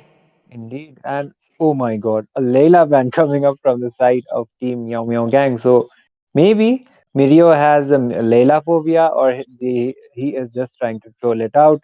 It depends upon him why they decided to ban out the Layla. So the Uh Fanny as huh. well as the Kacha is also getting banned out, which are quite valid. And team eliminators are just making sure they don't give Joseph the Fanny because they are aware how good his Fanny is, and Fight! not Fight for giving the Your Joseph ultimate this team is Fanny banning. might be one of the key points of victory for the side of team eliminators because from both of the games, it was the Fanny getting prioritized as the first one from the side of team ET. Meanwhile, Meow Meow, they are not even like getting to ban it out or not even getting to pick it. So definitely a respect ban as well as a really strong ban coming up. That's true. That's true. Again, there is also another probable cause that why Lela is getting banned. Given the fact, if you ban something unconventional, you open up a lot of heroes. You're not wasting a ban, but it just opens up a possibility of taking one more meta hero onto your side. But with that, moving ahead onto the draft again, Hilda will be banned. Understandable, given the fact that Team Meow Meow Gang really played around that Your invade, trying to team make is sure that Sarah banning. Moon won't be snowballing the game from the mid game as soon as he gets his item. So Hilda would have been a very, very good hero right there. But yep, one last ban. Oh, did they miss a ban? Maybe, or maybe they just decided to leave it out for now, like you said, because Yep. it gives out the meta heroes to like more of the meta heroes to be Always on the picked way. out. The Your Matilda team is getting picking. banned out is quite valid. It was team eliminators actually with the Matilda pick, but unfortunately it didn't work out for them. The early game aggression was way too much from the side of Team Yao Ming Gang that they were not able to make it work out. The first pick actually going for the side of Team MMG, and there are a lot of possibilities. There are the Suyo, the Chip, the Jushin, okay, Butterflies and the born Jushin by thy as Your I team wish, Mhm. is expected. picking. Guided by lantern Yeah, flight. Meow Meow Gang really I like am not the only this kind one of bound picks to by pick it these up. The Jushin chains. understandable. Again, they looks like if they were going for some bans, they might have gotten a ban onto the second phase, taking about a Zushin, but again, they picked it up. Now this is going to be a total annihilation, or maybe we will be seeing something quite opposite from the last game. With that, Phobia Time is to going take into the the hands of field. Team 80, Your and team along is with that, picking. they don't want to give out the Bruno. Indeed, the Bruno like Crisis did pick up the Bruno onto the first Demons game, shall and bathe in their what happened blood. was The light went to the belongs late to the game righteous. as well as they were able to have some quite an advantage. They were able to make up a comeback, and eliminators were able to get the first point. But I am seeing an Alucard pick from the side of Team Meow Meow Gang. So fight to win. I kind of get reminded of fight to win. It was Bando with that Alucard picks again and again. Yep. So yeah, that might be Bando Bando remembering kind of a pick coming up from the side of Team MMG, or maybe they want to play really aggressive right from the start. Your But oh team my is god, picking. the Franco getting picked out by Mirio. I'm not sure like the Franco is actually locked out or he actually decided to pick up the Franco here. Okay, Franco, Alucard, there's some kind of deja vu moment, but they're missing up a Lilia. But since the mages already have been picked out, it's okay, it's okay. Unconventional picks coming up. Again, as you mentioned, Atami, the execution part plays an important role. In this game, we will be seeing that yet again with some non meta heroes. I'm excited to see what Team Meow Meow Gang have for us into the store. But right now the pick is on to the ET. One last pick left and art hovering towards that. Tigreal Your locks it team up. is banning. There we go. The implosion, that flicker I place am that the I wanted to see moonlight will that be breaks there. through the This is going to go darkness. epic because we do know how art plays all the times very well. Indeed, his hero pool is quite really like really big onto that roam position. I have seen him play many heroes actually onto that roam. And I guess, yeah, the Mia ban is kind of quite valid as well. Onto the rank games, Mia is really a menace onto the late game phases. So Bruno is a late game hero too. So he might have some kind of a, what do you say, hard time going up against a Mia. That might be the reason they decided to ban out the, what do you say, the Mia. But the ban coming up from the side of Team MMG, I'm not so sure. They have not decided to ban anything out. Your team is So banning. maybe a technical difficulty coming up from them. Maybe, maybe not, but let's just see if we do have like some updates from the referee as well. We'll be knowing that very very soon, but the draft still moves on. One hero left, and what are they? Oh, Your oh, team is banning. what is Okay, happening? a Badang ban coming up. So yeah, most probably, I think that might be a technical difficulty coming up from the side of Team MMG actually, or maybe even Eliminators, because both of the teams are from Manipur. So yeah, that actually might be the case. But the ban coming up might be quite questionable. Not even questionable. I would say there might be no bans coming up from the side of the Meow Meow Gang once again. That's true. If we get these statistics of heroes getting banned and pick, I think Badang has entered the chat. Getting that last position. He did get one ban in this whole tournament. I think Badang is too happy about that. Your team is Okay, the picking. pick coming up from the side of Team Eliminators, maybe they might go with the decent kind of a draft, like the regular draft, or Mm-hmm. maybe they okay, yeah, that is going to be Sarar Moon Your onto the team is Hayabusa. picking. So acceptable because Hayabusa is was picked out from Joseph as well onto that previous team, even though it didn't work out that much well, but still, yeah, it was on the game too, right? Rise beyond Yep. greatness Okay, and looks like they are reignite back, the and yeah, star. Eden is the one picking out the Yuzhong. So from Joseph, I guess he might be AFK or might not. I'm not so sure, but Joseph will be the one final picking, and looks like it is an Alucard jungle. The yeah, the gold lane position is still open, so a gold laner might come up against that Bruno. What it is going to be, I'm not so sure. So let's see what they got up to their sleeves. I feel like this is going to be a auto pick, but I Mark would my really love name, to see Your team a is stewards. A picking. Beatrix against a You should be Bruno. ashamed But for not yep, as we trusting expected, yourself. it is going to be an auto pick. Gushian coming on to play with the Petrify, and Eudora getting picked by Bid, looking quite strong. Okay, in this okay, now even Eudora gets a chance to come onto that statistic as well. Yep, and Peachy, I just got some information that one of the teams are facing some technical issues. We will be back after this technical issue gets resolved. So we will be back actually with the game number 3 with the redraft actually. So till then, everyone stay tuned.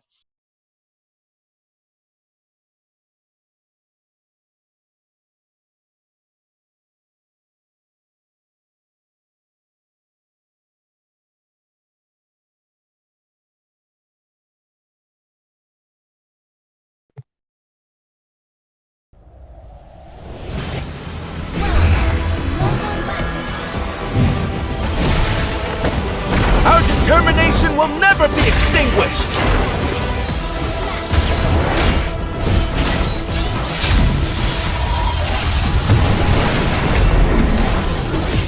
Our cosmic blaze will never be extinguished! Cosmic flare! Time to shine, Dexter!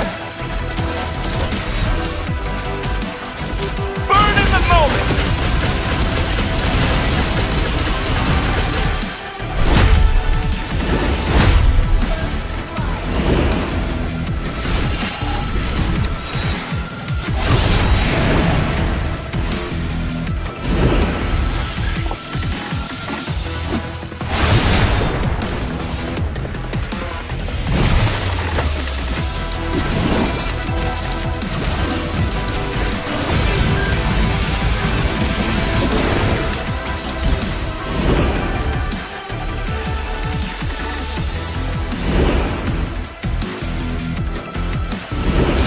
Everyone has their own competitive dream! Burn with passion and always dare to shine!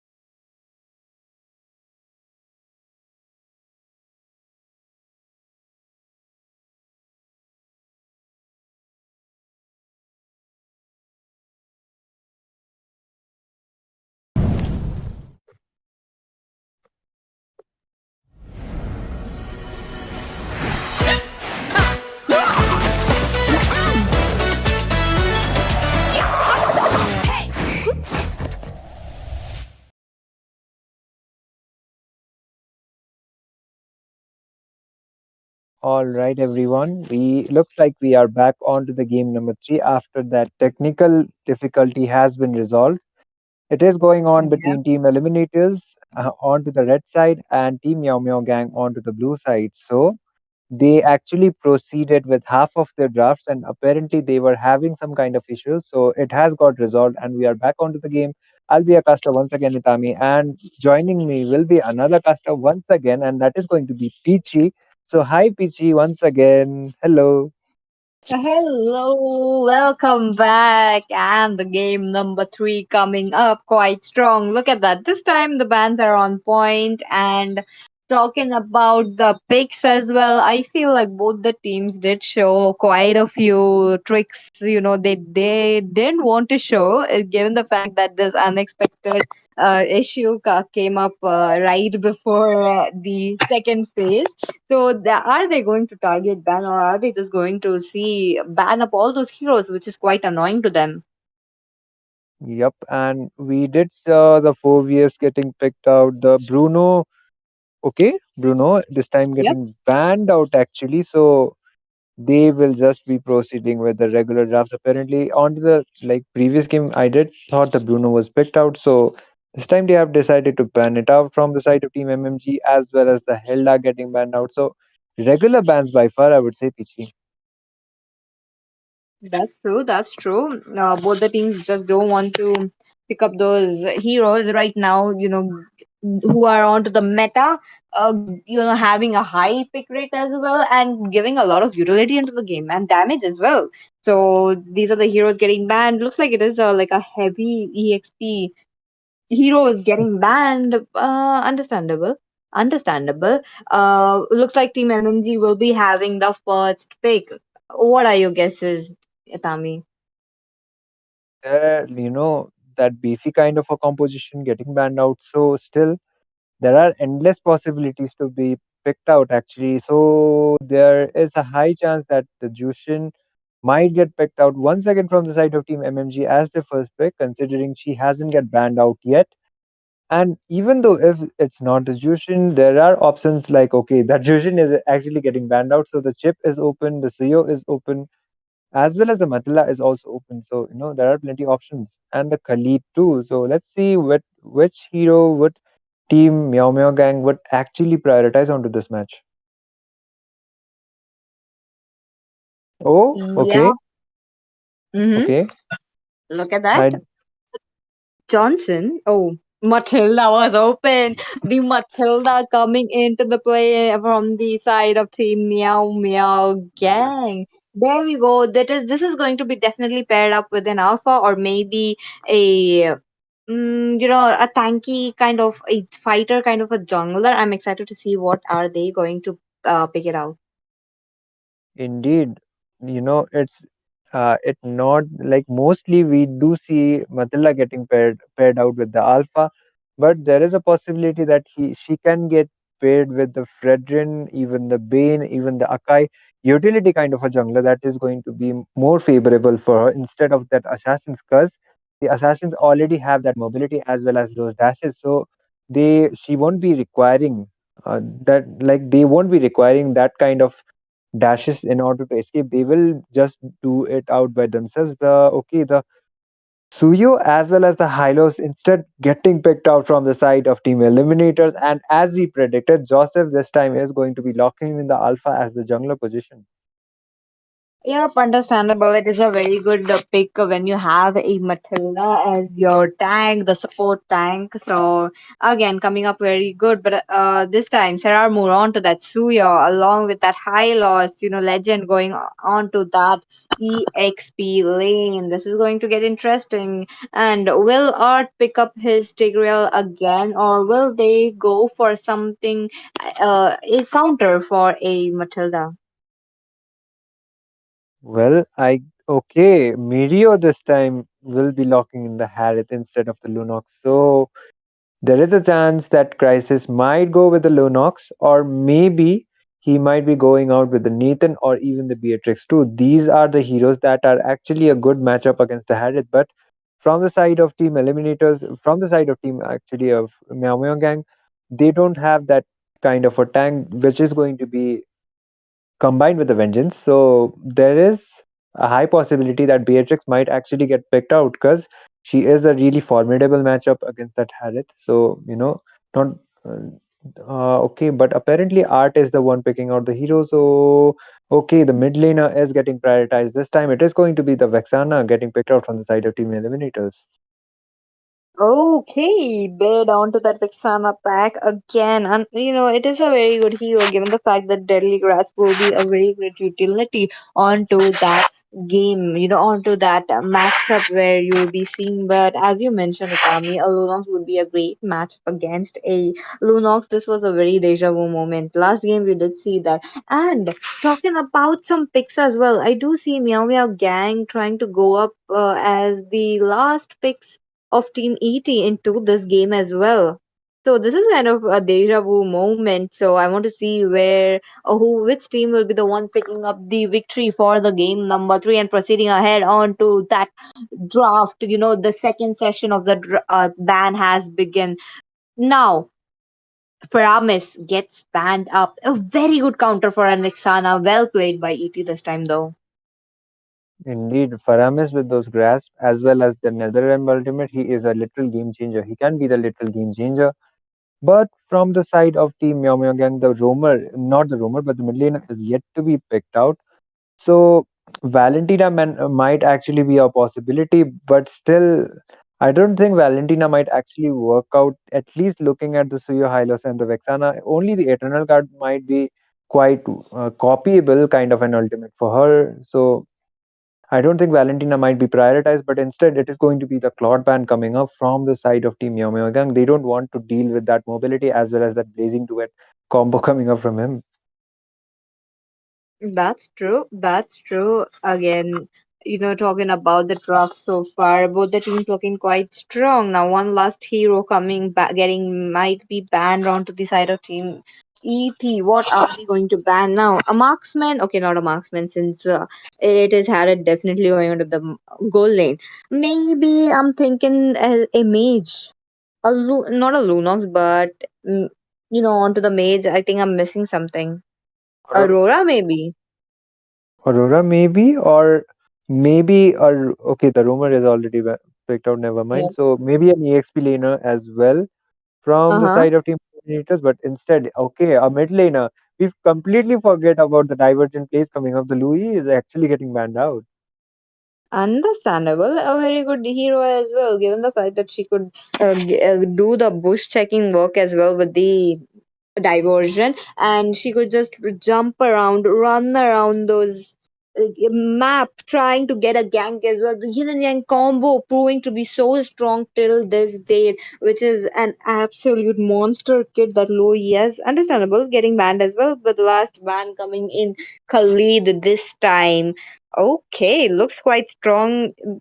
Last game the Khalid was quite annoying with the raging sandstorm as well as the flicker as well. Did it get a lot of team fights just based onto the karma hit onto that Khalid giving up them sets, which is why it got banned this time. Indeed. And okay, it is going to be Art, might be proceeding for that hero. And yes, as I Nathan. predicted, no, as I predicted, Beatrix is actually a really good matchup against that Harith. So Oh. there was a possibility Beatrix getting picked out, and apparently Crisis is the one picking out that Beatrix for himself onto that goal lane. So, yep, definitely a really good matchup. And considering the fact that from the side of Team Yao Miao Gang, they don't have that beefy kind of a composition too. The EXP laner is, yeah, EXP is yet to be picked out, and apparently it is going to be the Chow combined with the Farsa. So, yep, Yep. Beatrix might have some advantage. But if the Shunpo as well as the Way of the Dragon combos come up from that Chow onto that Beatrix, then he needs to be a bit more aware of onto his positioning. That's true. That's true. But as we know that Beatrix core item BOD, Blade of Despair, as soon as it comes up, she could go in for some defense as well. Maybe the Silence Robe or maybe the plate as well, but it would be there as a little defense for her. But again, she's going to deal so much damage once she gets farmed up. I want to see that exciting 1v1 situation that we are going to see onto that a top lane or maybe onto the bot lane where the marksman go lane goes a chip or maybe a Tigreal. Look at that. Art locks in the chip. The the shortcut plays are going to be insane here. This is what I was expecting because team Meow Meow Gang, will they be short of this a chip getting picked up though? This is why they banned up Louis. Do you see the connection right here, Itami? I highly agree with you because Louis, with those yin yang plays, she is going to be quite like a really good opponent against that chip. And they have realized it, so they have decided to ban out the Louis, and they waited for that moment to actually pick up the chip instead of first pick prioritizing it. So it's quite something like to be recognizable from the side of Team Eliminator. So this is going to be the game number 3 between Meow Meow Gang onto the top and Team Eliminators onto the bottom side. So both of the teams, they are on a 1-1 even lead right now, and whichever team gets the third victory first is going to be proceeding for the finals. And looks like we are heading onto the land of dawn already, Pichi. Yup, welcome to the land of dawn, ladies and gentlemen. It's time for that third match where one team will be onto the match point, meaning that we will be coming at the match number four after this match, and again it is going to get interesting. Look at them, both the junglers moving towards their buffs, and this is going to be interesting because I do see a similar kind of rotation coming in from a Suyu as well as an Alpha going down to the bot lane. I agree. And okay, they are just focusing on to their farms for now. At least Art is trying to play some poking games on the Farsa. But for that, Farsa is actually a really good pick. For that pickoffs, Farsa for picking up that Farsa, they don't have that assassin kind of a composition from the side of Team Eliminators. So unless that Suyo dives in, that Farsa won't be taken down. So that is quite a really good pick. And the feathered airstrike coming up from that Farsa will be able to dish out a lot of damage even onto the early phases of the game. That's true, but the Alpha Touch coming up, it does miss there. Suyu is safe. Just 5% of his HP already popular. Look at the Oh, concussive blast doing so much damage. Almost giving up the first blur right there. Look at that. It will be Karma hits going back to the base, but Alpha looking for some more blood. It will be on chip this time, and they just disengage. Oh, but wait a minute. Flicker already just used up by Chow. The shift is at the top lane right now, but the bot lane as well. oh, Oh, there we go. We got our first blood. It will be, oh, maybe the second blood as well. Close call, close call. But, yep, we got our first blood going into the hands of Eden this time. oh my God! Like if Art didn't have this flicker, then he would have been taken down as well. Yep. It was actually forced out, and the turtle already been spawning. I guess Team MMG will be on a lot better position to be contesting it. Legend is trying to get some visions onto there. Yep, look at that. The feather eye strike come into the play as well. It Oh, will be. Oh, but the Suyu gets his retribution right this time. Alpha looking quite low though. He's trying to run up the Alpha charge and into the walls, but he is safe for now. But he's looking quite low. The ring of punishment along with that legend coming up, trying to get an invade. ET. They are coming up with the same strategy that Team Meow Meow Gang did. They are going in strong with that early game. indeed, early game aggression might actually pay them off. That is what happened onto the True. second game. MMG completely went all out from right from the start, and Team Eliminators like leaving Team Eliminators to no chance for a comeback. So even though ET did got that turtle this time, and they have the goal lead, but still MMG might have a team better Oh. composition. Okay, shortcut coming into the play. It is Avengers Assemble.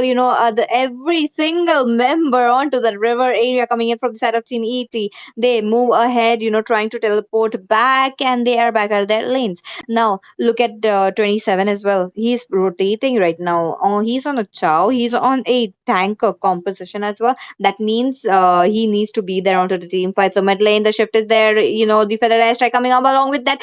Circling Eagle, it will be the death for the chip. Art goes down along with that. Wait a minute. Wait a minute. Hyatt got killed as well, but top lane.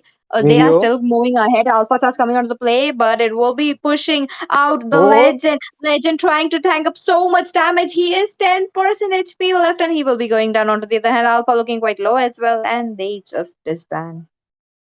it's kind of an even trade for both of the sides. As soon as one member from the side of Team MMG falls, another member from the side of Team Eliminators fall is falling as well. The turtle about to be spawning chip might be coming up some with some sneak plays, trying to get the purple of Joseph, but the shortcut being used out.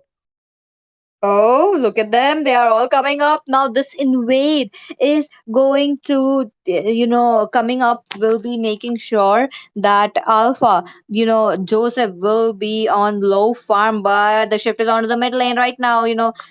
Karma hits popping that circling eagle, trying to escape. He is safe for now, but this turtle, an important turtle for the side of Team Meow Meow Gang, and the zone coming out from the side of Team ET. Four members guarding the turtle and not letting Meow Meow Gang come in. The Glorious Pathway coming onto the play as well. It will be Crisis picking up a Harriet of the Land of Dawn into the bot lane. This is what I was excited for. That 1v1 matchup. But at the same time, I'm scared how Beatrix is farming up. Look at her. Two kills already. One kill already picked up, and it is going to prove very lethal once she gets into the late game. I highly agree. Beatrix onto the early phases. Oh, If she is, oh my god, they engage. Okay, okay, not much, not much. yep. But onto the top side, Hylos is getting quite poked down. Art comes up with a follow up. Oh, legend! Look at him. Art pops up the circling eagle. You know the.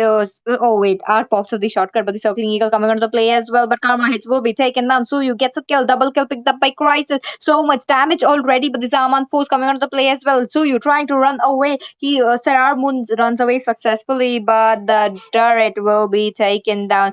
Not an advantage, but the Crisis. Oh wait a minute. Crisis is unaware that the Harith was into the bush. Now will be spotted. And okay, so far so good for the side of Team ET. The Feathered Airstrike being used out in order to clear those lanes. And I guess Team Eliminators, yeah, Team Eliminators have quite the lead thanks to Crisis as well, because he was able to win the gold lane against that Harith, which gave them quite an advantage. So he is just free farming right now, getting those core items. But the engage coming up. Oh, look at that. Look at them. It will be 27 taken down. So much resources already on him. Now they have to, save up the mid lane as well. Look at them. They're shifting their focus onto the mid lane. The circling eagle almost there, almost, but not yet. They are just finding up that window of opportunity. On to the other hand, the turtle will be up. Oh, Alpha spotted. Joseph will be spotted. Chip doing an absolute fantastic job finding up heroes and trying to give them the vision. Yep, and the turtle already spawning. I guess ET might be on a better position to be contesting it, but Karma Hits might come Definitely. up with an engage as well as Joseph trying to land up some pokes and the goal lead as well favorable for the side. The favorite strike being used out. Oh, look at them. He's just trying to make some low, but it will be the Suyu taking up the Oh turtle. my god. Along with that, Mirio goes down. Now, did you just see how fast they rotated on the bot lane, making sure that Mirio won't be farming about the mid lane? We have Dragon coming on to that high loss. Oh Legend my taking god. down. Oh, that. Oh, wait. That alpha charge on point. Look at them. He will be taken down as well. Art will be the next victim right there. And Suyo looking quite low. He will be moving back. I really like that double synergy kind of Yeah, CC coming up from the Chow and the Alpha.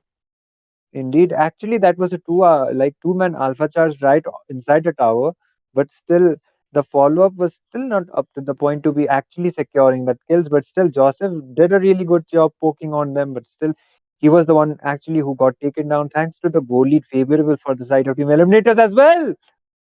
Oh, look at that Oh middle my lane god. going in strong. High loss with the glorious pathway. On to the other hand, 27 trying to get a victim right there, unable to do so so far. Oh, he does pop his. Okay, the follow up was not there as you mentioned, Atami. If they did follow up 27, they might have gotten one kill, but not much. The shift is onto that mid lane already. They are trying to get the mid lane down, which means they will be trying to invade the Alpha more. But again, look at them. They are going in with the shortcut. Shortcut already there. It is like an Avengers assemble kind of play into the middle lane, and it will be taken now. Even though Team Meow Meow has the Farsa for that lane clearance for from such a safe amount of distance, but still they are not able to capitalize it, considering they have the wave clearance as well as the follow up is up to the point. I guess it's the goal lead as well as that itemization that are still not up to the point for the side of Team MMG. The follow up. Oh, mid lane, the glorious pathway coming onto the play. It will be Alpha trying to run away. He will be safe for now. But Tsuyu coming up with his skills. So much damage, but not yet onto the side of Team Meow Meow Gang. They are not playing it together, seems like, they are just waiting it out. They're taken down one by one. Again, an easy lord into the hands of Team Eliminators this time and going into the hands of Crisis. This means just the level 1 Lord. Oh, okay, the shortcut coming into the play yet again out of the top lane. It will be Alpha looking quite low along with that Nero will be taken down. No way. I'm really loving how Art is focusing on Mirio and trying to take it. Oh, but wait a minute. Glorious Pathway coming up along with that, the three-man knock up onto that with that circling eagle. But, so close call for that karma hit. Oh. So close, but yet so far. Sarah Moon also almost getting taken down, but still that damage will not be enough from the side of Team MMG to actually take them down. And Lord spawning from the top side, they might be able to get some few towers. The goal lead also favorable as well as the tower advantage too. But the Beatrix coming up with that, okay, the render Nibiru okay, what do you call it? The grenade bombardment actually from that Beatrix coming up, and yeah, they will be able to get at least most of the towers as much as possible. Yep. Meow Meow Gang are trying to hold it out, but Beatrix is way too advanced. Like Crisis is way too advanced when it comes to the itemization as well as the goal lead as well compared to that Harith. So Mirio is definitely not having a good time because he is getting ganked out by from the side of Team Eliminators. Art as soon as he sees Mirio, he goes with a shortcut and he immediately get taken down. Considering the fact that he is the goal laner, and if his goal lead is not up to the mark, then MMG won't be able to capitalize onto this match. That's true. That's true. Team Meow Meow Gang, they are on a deficit right now. They have to make sure that they are getting their farm up. Though they are having this minion pressure, the lane pressure, now it will be start building up as soon as they get closer to that second lot. But mid lane, I do see something. Not much yet. Oh, Oh, oh, Chow, 27 trying to get a hit, but he will be his XP would be taken down in that process, but the glorious pathway already used up. Is this a good time to just do it? okay. The goal lead once again. No, it's not just the goal lead actually. The tower advantage. They have the 5 tower advantage for the side of Team Eliminator. So unless okay, the Spear of Alpha as well as the eternal part of the three people. Oh, look at that engage coming up. The Eternal Guard used up as well.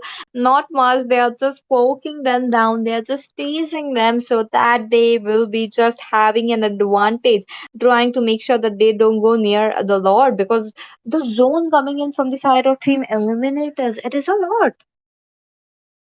Yep. And this possibly might be another uncontested Lord for the side of Team ET.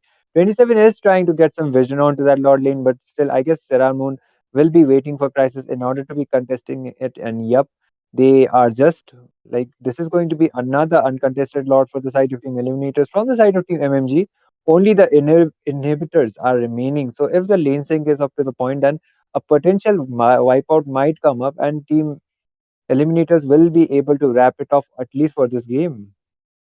Yep, that's true. That's true. But again, we do know onto the side of Team Meow Meow Gang, trying to make sure that they are just awaiting it up, trying to get their farm into the hands. But will they be successful though? Because the gold gap, it is quite wide. We are talking about like 8,000 gold gap, and the minions are still pouring in. Now, ET trying their best to get a lane sync. I do see high lows onto the top lane as well. Now, will they be successful? That's my main question, Atami.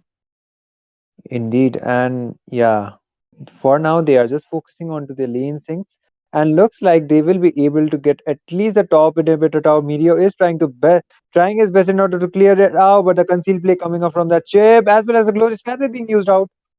Yep, the Lord is already under the base. The base is exposed along with that another shortcut play, along with that the knockup coming in from the Eternal got so much shut down onto that art has Oh my god! wait a minute. Oh The my Lord god! okay.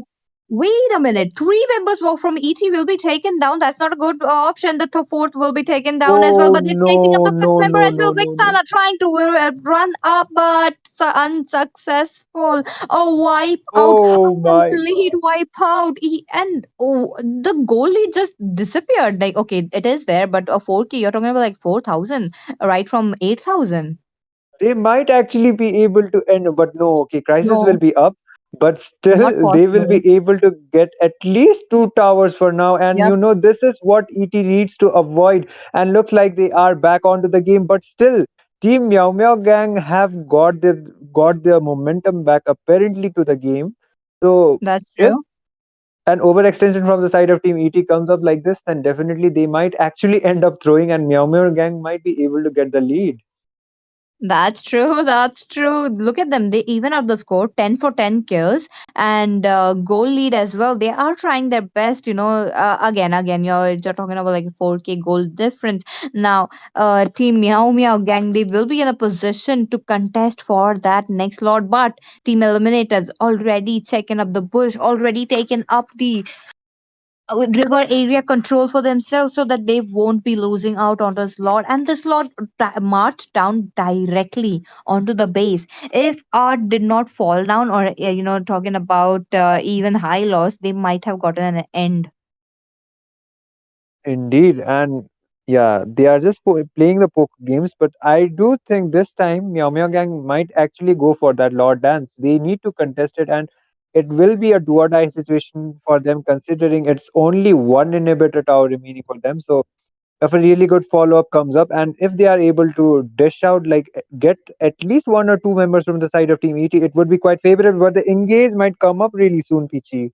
Oh, yep. I'm waiting for that. I'm waiting for that engage because the Lord is up. That Oh, the means, oh, shortcut. wait a minute. Look at that. These concealed play along with the shortcut coming up. They are trying to disperse all the members from Meow Meow Gang. They are just all not together. And with that, they successfully zone out the Meow Meow Gang. But was this worth it though? That early shortcut play coming in, but the Lord Dance is already up. They are trying to take it down, but no. The Feather airstrike coming on onto that high loss along with that bid will be taken. That Vexana not into the land of dawn. Along with that, Art would be the one losing up his immortality as well. Eden taken down. Beatrix is the main concern. No one's targeting Beatrix this time. Will they be successful though? Because I don't think so. The Lord looking quite low No, as well. Joseph. And this will be Joseph taking up the retribution. Meow Meow Gang wins up the turtle along with that one more kill. But the members are falling down. Look at them. They are falling down like a dominoes. Two members still left up. What are they going to do? Oh my God. Even though Joseph is the one who got the lot, but still, I guess they don't have two of the members, Karma Heads as well as Eden, for that engage. So even if they got that lot, I think Team ET will be able to hold it out, considering they still have a really slight amount of goal lead. The goal lead won't be mattering much, but the tower advantage is definitely still there. They are still 4 towers ahead, and looks like the Lord is directly heading for the crystal from the mid side, and the inhib not present from there. So if the lane sync is up to the point, and maybe from the side of new millimeters, they end up overextending and like losing one or two members, then there is a slight chance that Meow Meow Gang might be able to end this game.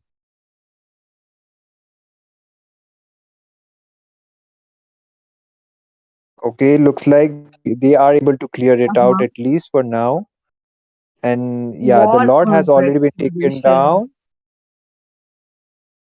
What a retribution So, coming in from Joseph. But again, with that, they close up the goal lead. But again, it is into the hands of Team Eliminators. They are trying to fight it out. They are just waiting it out. The oh, Glorious Pathway along with that 27 tries to get ahead, but he is not successful. He gets stunned up by the chip this time and the feathered airstrike. The distance is quite far though.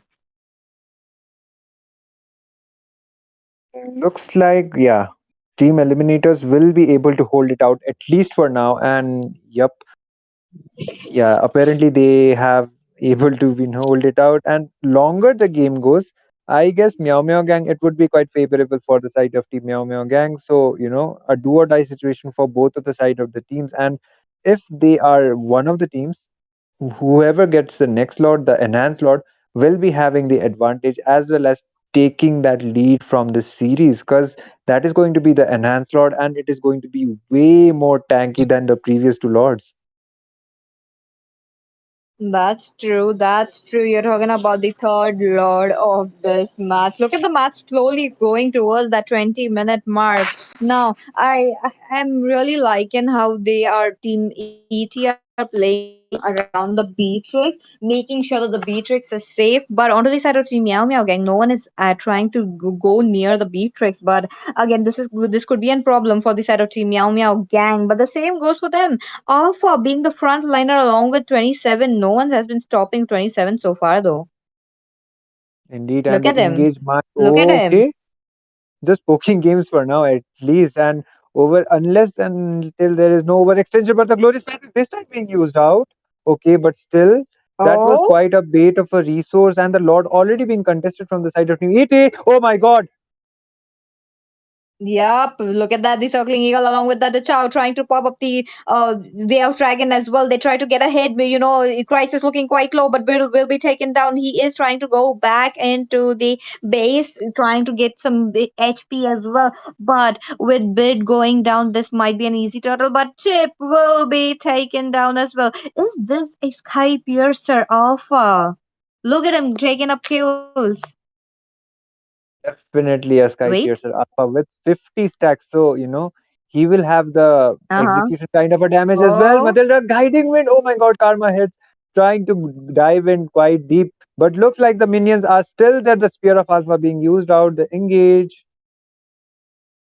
Oh, Uh-huh. Look at that, the glorious pathway. Along with that, they don't go in for the Lord.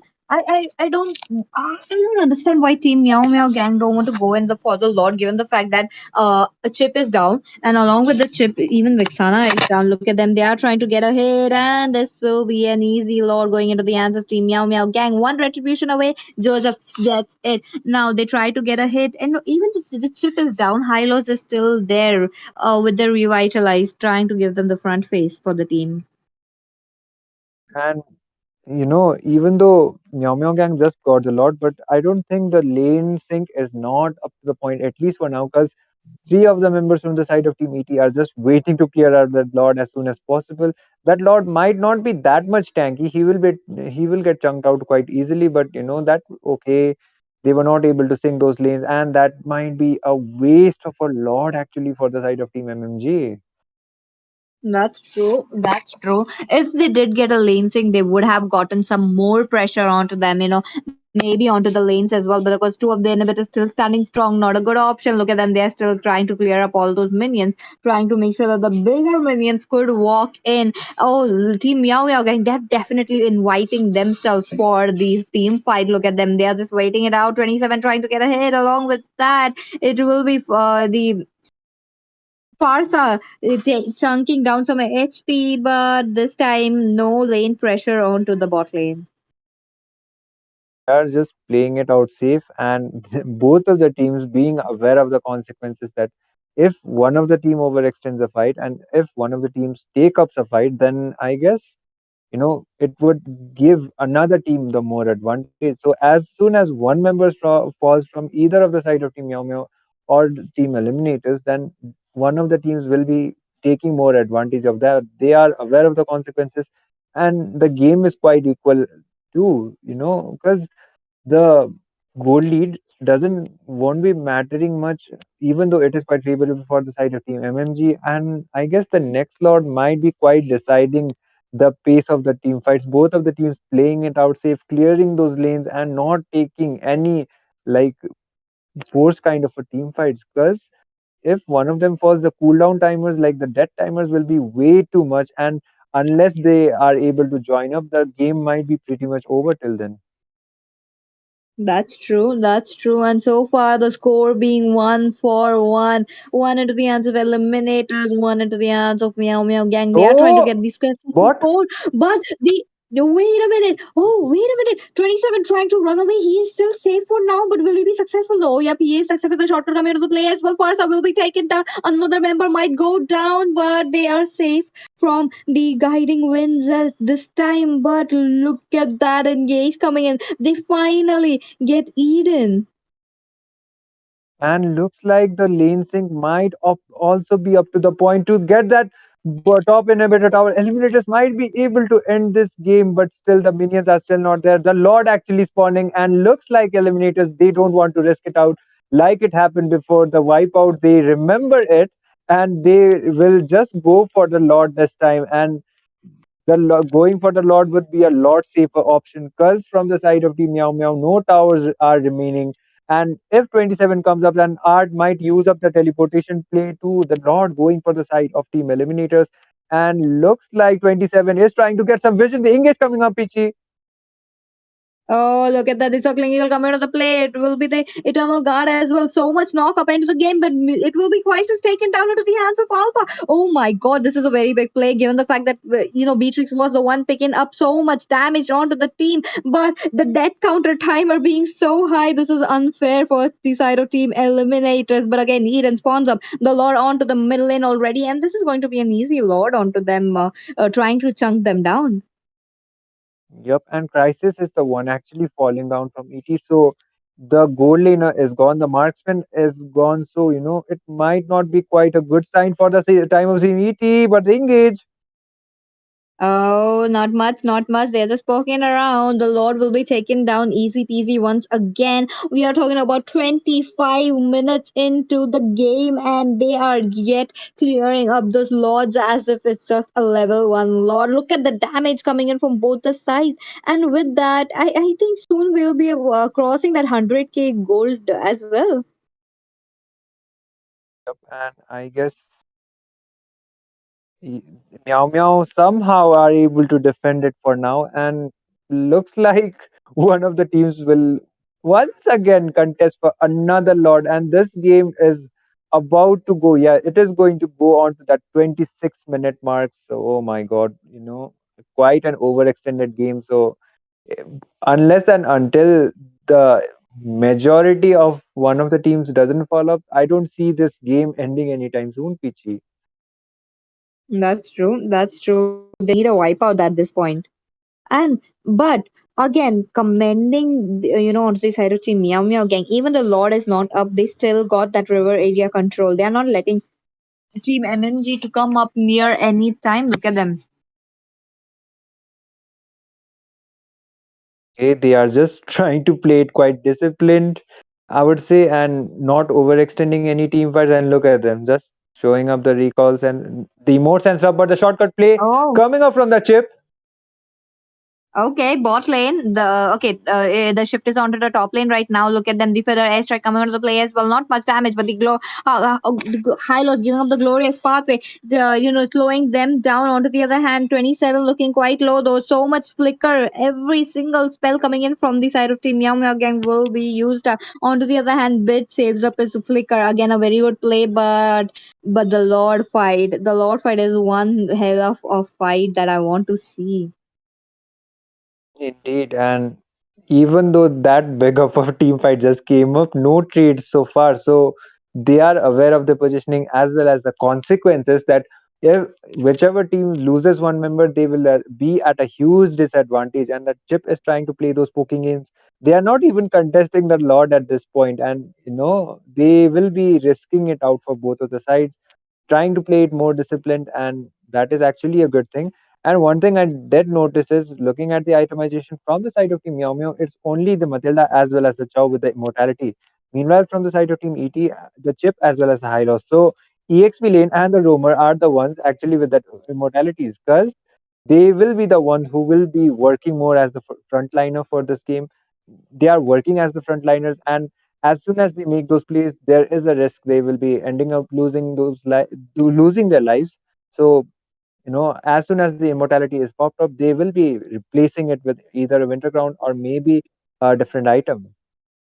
Yep, that's true. That's true. One team has to pick up that risky play right now because the Lord, this might be the last Lord that you will be seeing because 28 minutes have already passed. Now, this Lord is going to get quite tanky. It is going to get quite deadlier as well. And once it marches right down to the crystal, it is just the end. With that, which team is going to be the one picking up this with the retribution? Will it be Suyu? Onto that Sarah Moon, or will it be Joseph? I'm curious to know. But who is the one falling down onto this team fight as well?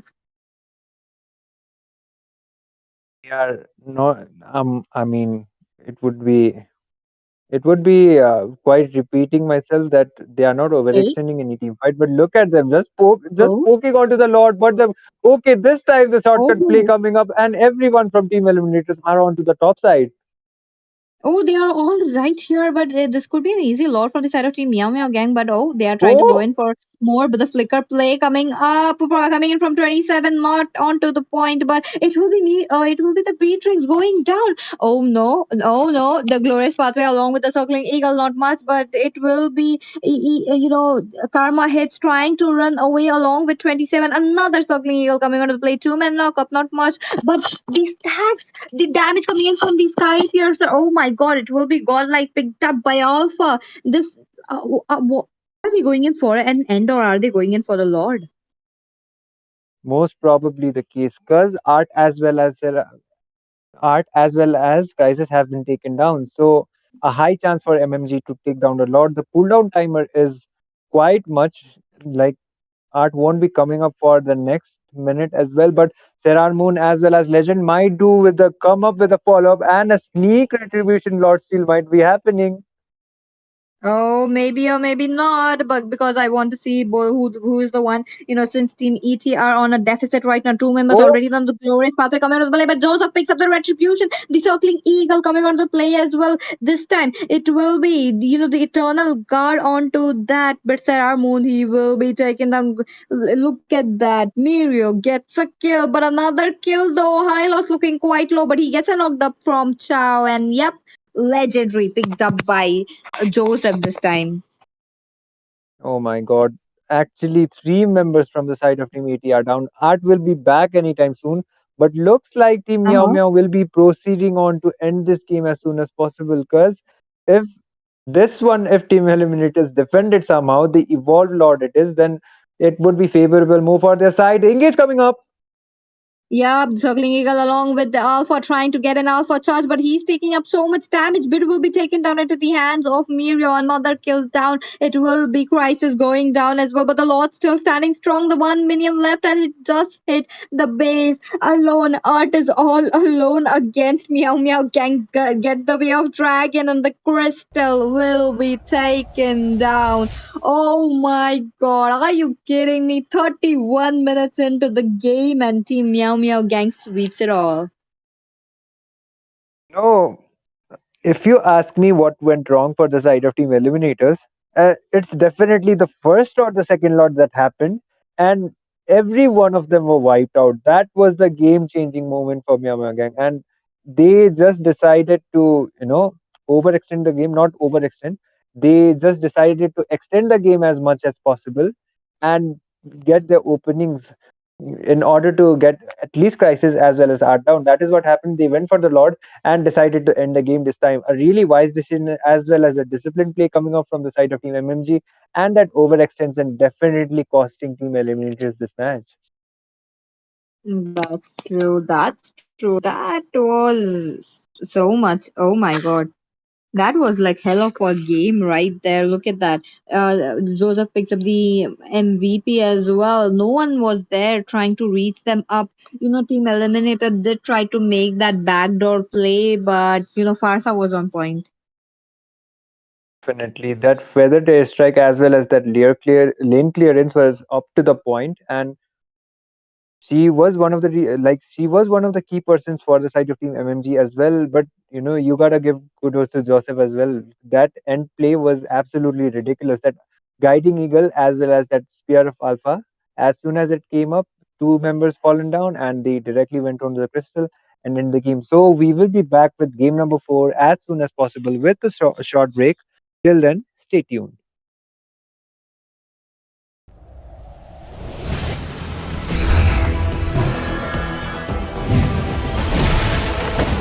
Our determination will never be extinguished!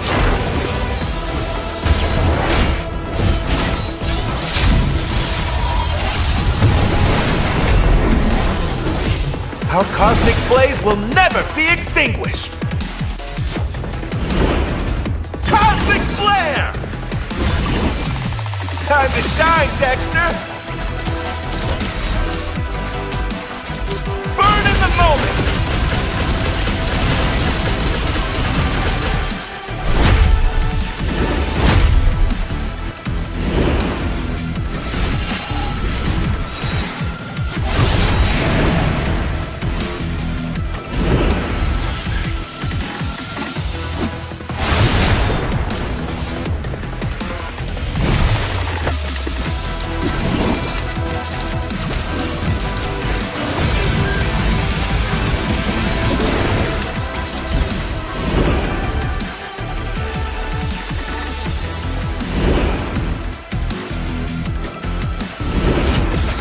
has their own competitive dream.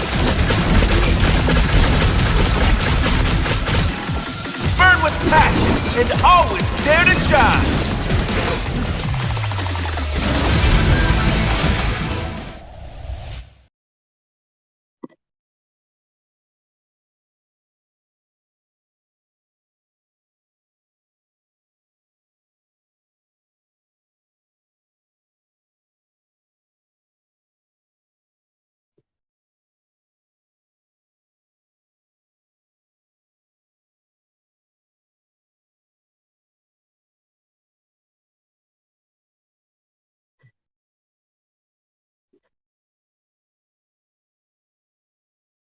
And welcome back, ladies and gentlemen. You guys are watching that fourth game, that lower bracket finals that Team Meow Meow Gang and ET are presenting to us right now. The score being onto the side of Team Meow Meow Gang, with two score already into their hands and one into the hands of Team Eliminators. This time, Eliminators really have to show up a very good chance because the Meow Meow Gang are on a match point. That means if they win this match, they are taken away the spot into the finals. But if Team ET wins up this match, will be definitely going into the match number 5, and they will be fighting up like the cats and dogs for the spot into the finals. And with that, I'm Peachy, your caster, and then along with me, I will be joined by Asya. Hello, Asya. How are you? And welcome back.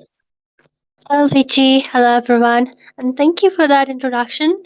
And, I was watching the previous match. It went to have team 30 plus minutes, both the teams giving their best. But then I think Eliminators just lacked that one thing that was patience. Like, whatever you saw, first of all, ET was doing a great job. Art was targeting Mario. The chip was working out well for them. And then the first wipe out near the base. And then after that, you know, they were able to save themselves a few times, but then again, there was some impatient gameplays coming from the side of ET. They were getting split apart one by one, just like an onion. They were getting peeled like with Yeah. every peel. So I think ET needs to work out on that. They do have the first pick in this game, and like the same bans, PG, like those standard bans. Yep, they really don't want the Fanny coming out of the land of John. Standard ban coming in from the side of Team Eliminators this time, but Team Meow Meow Gang, on to the other hand, they are picking up all those heroes who are onto their EXP lane, making sure that these are the heroes not there onto their invade, because they are so tanky to deal with. Even if you have a carry, even if you have a Lunox, they have a higher damage potential and a higher zoning potential than a marksman and a mate. So, yep, understandable that why these heroes are put under that bans. Well, true. With that, Fanny being the permanent ban because they do not want Joseph on the Fanny, he does wonders on that hero. With that, it seems like Miyama Gang doesn't want Art on the hill now because he does an amazing job. And then again, Matilda has been banned out. We did see that towards the late game, she was providing so much heals, so many heals. So, yes, in even the guiding wind, I did see a lot of time Mario getting caught up in between, but then there was the guiding wind guiding him away to safety. So no one wants to deal with the Matilda. She will be getting banned out. With that, I really think ET kind of lacked some of the best potential, especially because their main priority was getting Crisis safe. But Crisis was getting Mm-hmm. targeted quite a lot, especially with that circling eagle. And like the Matilda made 27 sure as that well. Crisis doesn't remain in the land of dawn. And with that, all the bans are set, PG. So what do you think Art will be going in for? Since as we know that this is an assassin meta you're talking about, an EXP or an jungler would be much preferable this time. Maybe onto the EXP lane. Edith could work very well. Oh, but they going for that Katot legend picking up or going onto that EXP lane now. They have to counter that Gatot Kacha. What are they going to pick? And no time wasted. They go in for that high loss. Is this a good counter for a Gatot Kacha? I mean, of course he is. He is so tanky. Especially, he can even dish out a lot of damage. And plus, both of them do have a revitalize, so I think they can go neck to neck with each other. Pretty good pair up. But then again, the only thing which comes is like towards the late game, will Legend be able to target Mirio or Eden? Because these two are the people they really need to lock them away. And with that, Eden will be picking up an Aurora, another CC Queen. So, I think, do you think a Joy could work out here? But then again, a lot of heroes are yet to be picked up. Maybe Joseph goes again with an alpha, and then Suyu is used up to counter it. But then again, I really think Crisis needs to, dish out some damage and play safe. That's true. That's true. It all, the last game did depend on Crisis a lot, given the fact that he was just a little out of the place. But again, that last pick off, it resulted in their end. But this time, a new game, a fresh game, a fresh chapter for them. So this time they might just set all the stuff right, and with that they pick up an Aurora. They prioritize Aurora over a Suyu. Again, I don't know what's happening, but I feel like Joseph is onto that fighter jungle a lot in these few matches. Yes, and Sarar Moon, like wasting no time picking up Asuya. So I really think that um the other side, the Miyama gang, they will be surely going in for an alpha, or if they not, I'm sure ET will just be banning him away. And with that, Art again going in with the pickoff kind of composition. So I think he will be target locking Aiden quite a lot. But then he did have a Joe in the first game, and I did see them, target locking Karma quite often, and that's something you do not want to do. So Art really needs to set his priorities straight. That's true. That's true. But again, jumping back to the draft, the Carmilla will be prioritized this time. They are just not leaving that option up now. Art going on to that Chow jungle. That means that they will be trying to find up one single elimination kind of gameplay, making sure that they are getting their way of dragon right. But last time it was played onto the EXP lane, so it did give a lot of room for that Matilda to come up with those little heals from favors as well as the guiding winds as well. But this time, nothing. I'm curious to see how they will be faring along with Joy getting banned, and along with the Joy, it will be a Valentina. Understandable, understandable. I mean, yes, they do not want the Curse of Blood to be copied away by Bid, especially because Bid does play Valentina quite often. And with that, just look at that, they picked up Carmela in this game. And I think she is a really great pick here. But then again, she really needs to connect those Curse of Blood because Legend does have the AOTG to just dash away. Art again can dash away. Sarar Moon has a flicker with his immune. So I think three of the heroes right now are in a situation where they can avoid the ultimate coming from Carmela. So I think Carmela is a weird pick, but then again, I'm sure Miyama Gang will make it work somehow. Yep, you're right about that. And the last band, the last hero going into the band section, it will be the Hayabusa. Now, they're closing up a lot of possibilities for their Joseph. So, I'm curious to see what Joseph will be picking up. Or are they going in for that marksman? Yep, they are showing up that 1-1. They are just trying to, weigh their opinion if 1-1 would be good. And yeah, they will be locking it. The crossbow tank will be another good utility, trying to dish out so much damage given the fact that she is playing on Inspire. I mean, true, and with that, Bid is showing a Eve. Not a big fan of Eve. They might go in for Sicilian. I think they should because, Crisis is the only one in all the games who is, need to be saved, who has the burst potential, but then he's not able to save his life. And if you pick up a Sicilian, you have another late game security onto your hands. You have an infinitely scaling mage. So, yeah, they do have a lot of late game potential and like just see that PG, like even in the last game, it extended to 31 minutes. And if any Yep. side had a Sicilian, just imagine the amount of damage he would be giving with his bad impacts. Oh, that is going to be the massacre, almost one shotting all the mages as well as the tanks trying who just came in the contact with the sanguine claw. So yep, with that they are still hovering towards their options. Team Meow Meow Gang for the jungler Fredrin could fit right in, given the fact that they could synergize well with the Curse of Blood and the Appraiser's Wrath as well. And yep, they lock in the Fredrin. This means another frontliner will be joining up. A good matchup. Both the teams looking quite strong. I mean, just look at the amount of beefy front the side of Meow Meow Gang has right now of Red Red, uh, Yep. Carmilla, and even that Hylos. Three of the really aggro in the early game, and along with Eden, she can just use the Frost Breeze. So maybe if they decide to invade the jungle of Sarar Moon, I think they will have a fine time. Because we did see in the second game that how Miyama Gang utilized the early game potential, took away sweep the entire game pretty soon. So, but then That's again, true. both the drafts looking really strong, and I think from the side of ET, they have a better late game if you ask me.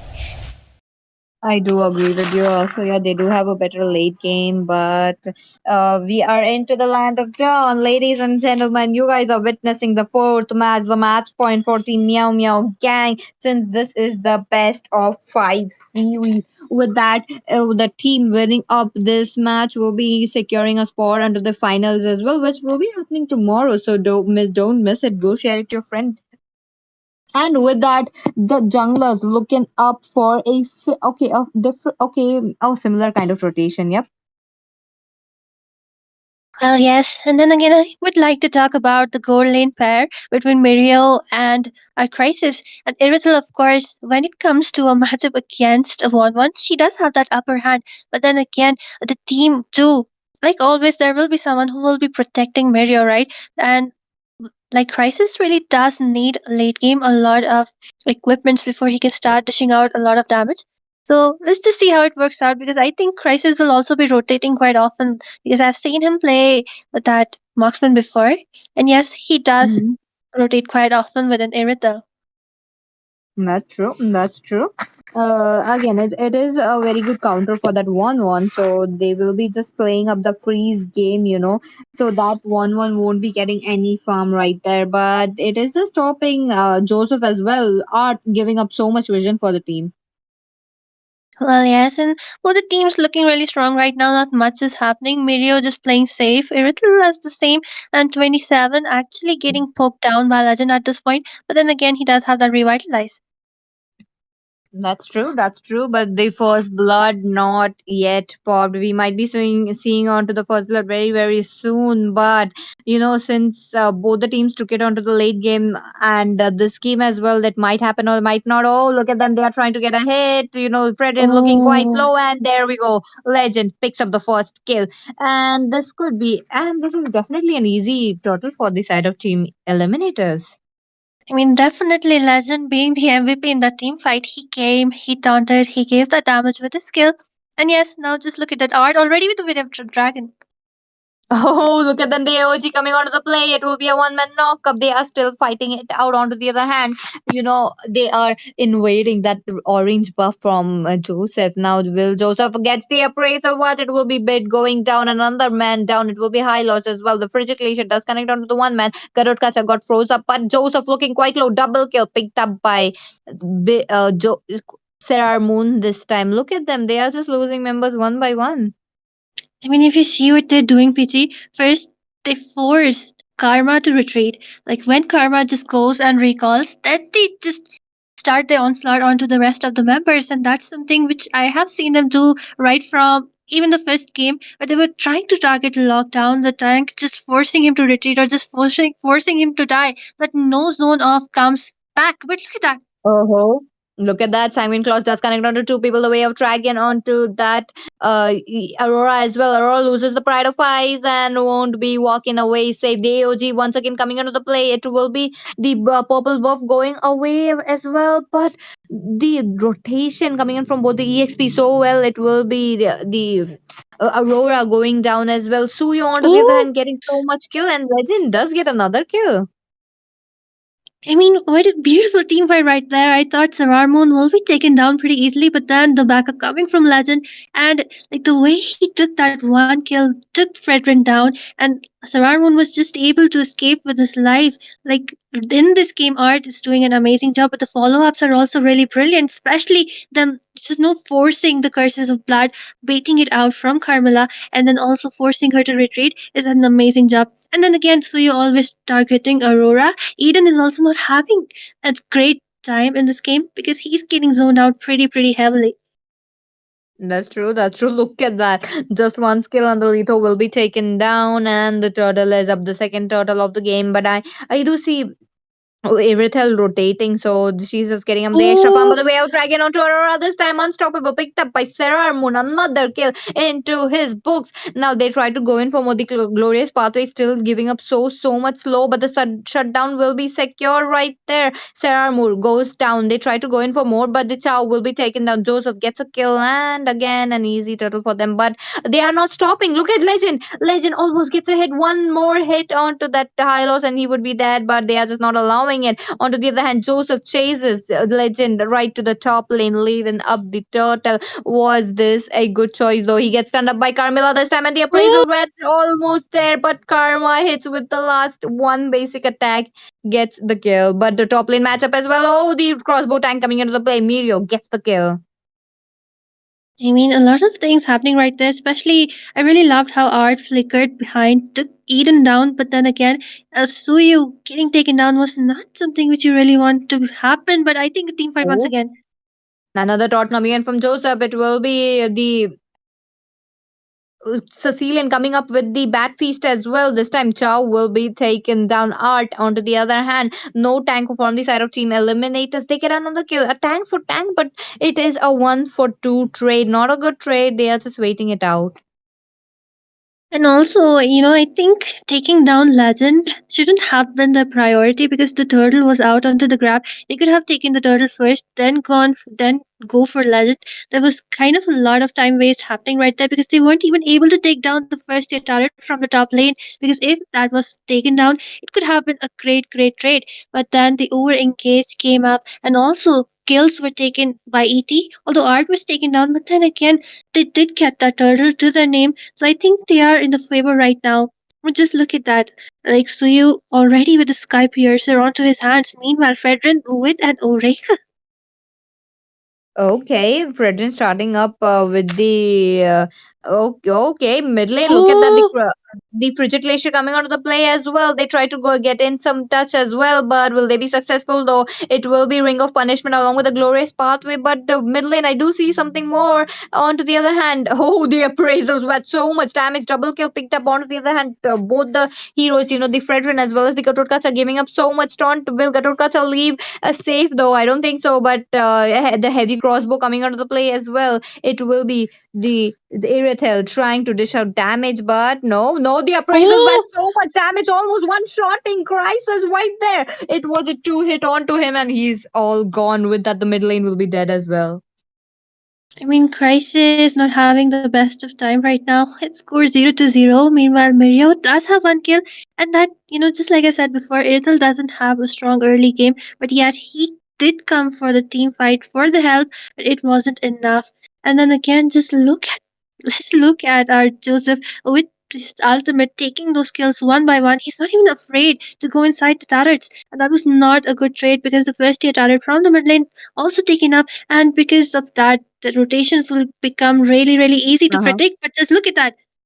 Oh, Hylos won't be walking away safe this time. The way of Dragon already onto him, but he's still surviving and won't be surviving anymore. 27 will be taken off Sicilian, taken up the kill, but the heavy crossbow tank coming onto the play as well. It will be Oh, another kill. But legend, look at him double. Okay, it is a kill into the hands of 1-1, but Karma hits goes down as well. A 1 for 2 trade yet again.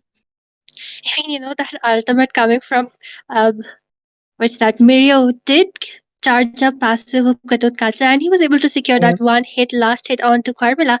And I think that's a fair trade with that. Oh. But then just look at Art.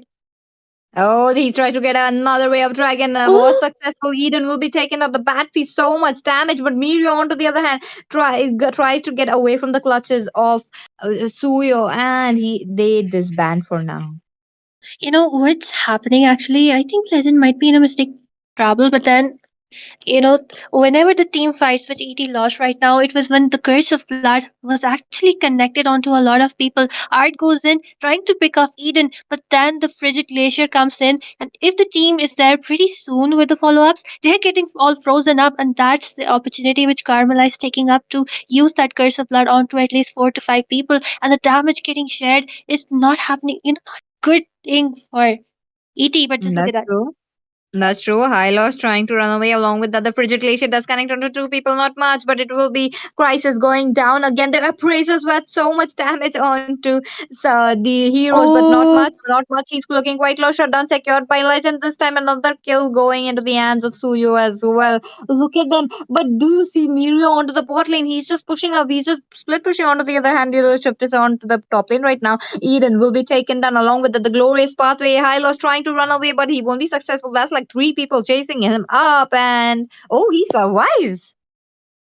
but I think Mario might go in for the kills. But then, yeah, Maybe. 27 is really, really hefty, especially with the Yep. revitalize. He will be able to save his life right there. But then again, Mario with the split pushing the macro in the favor of Team Yama Gang at this point because just look at them, two of the turrets from the bot lane were taken away, and maybe Crisis also goes in for the second tier because that would be a fair trade.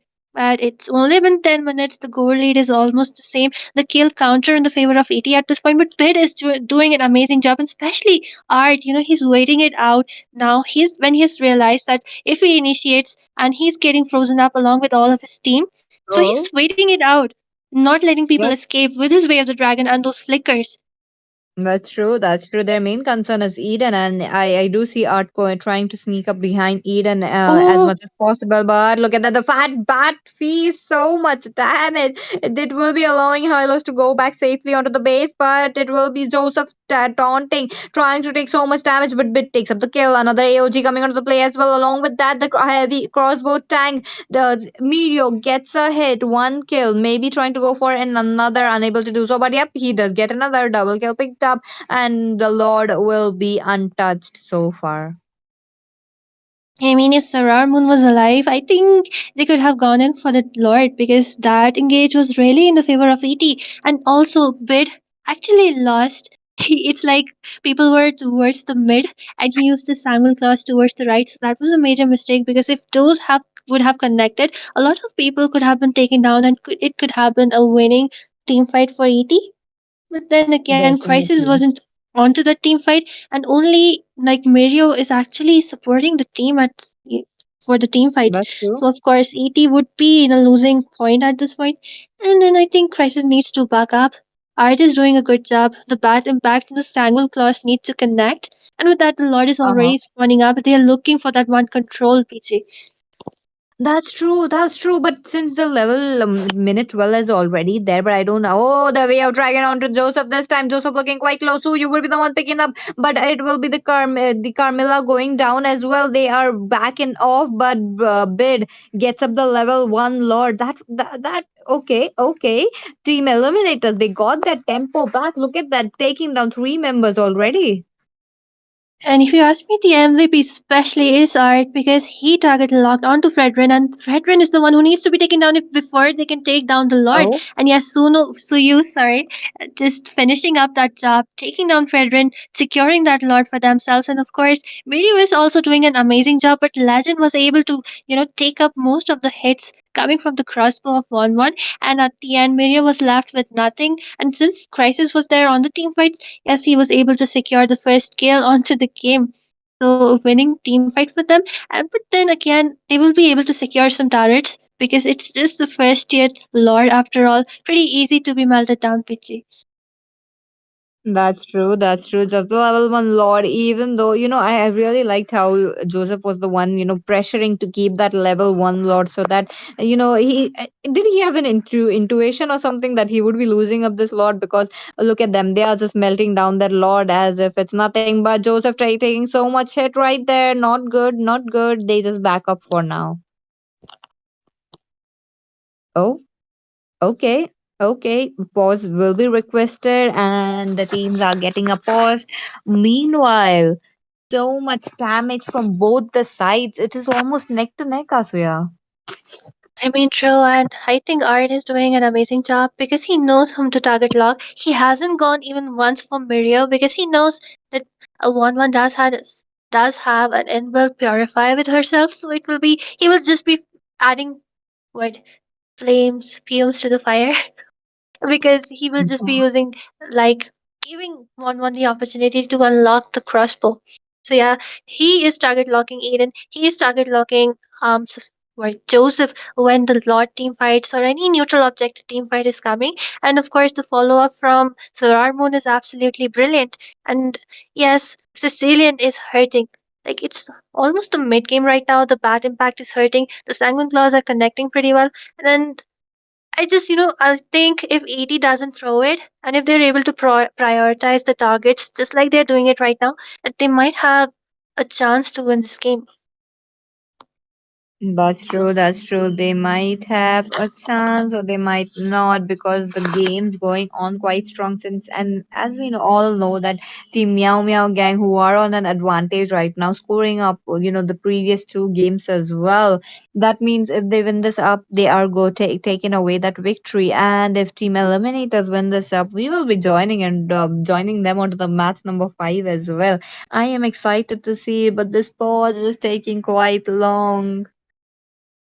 Yes, I wonder which team is facing the issue because we really want to dive in back and doesn't want to Yep. miss out any moment of this interesting and exciting gameplay both the teams are showing us. But then again, Peachy, it's me. It's me, so it's always best of five, 5 games, best of seven, 7 games, best of three, 3 games. So I have this full confidence that this will also go for 5 games. Exciting, exciting. Because if this goes to that 5 games, both the players just have, both the teams really has to make sure that they are having a very good mindset, making sure that they will be giving their best for the game number 5 as well, because it's a very, very big match. I mean, true, and even if this game extends, I think the more the clock strikes, the more the clock takes away. The Sicilian will be getting stronger and stronger. And if you see people are not actually able to lock down onto bid at this point, because Sicilian is pretty hard to take down, especially with the Clock of Destiny and the Bad Feast, his ultimate, giving him a lot of survivability. So yeah, he is always there onto the team fights, providing a lot of support. But as I speak, I think the pause is lifted. Both the teams are back into action, Peachy. And with that, ET just taking down another turret to the name.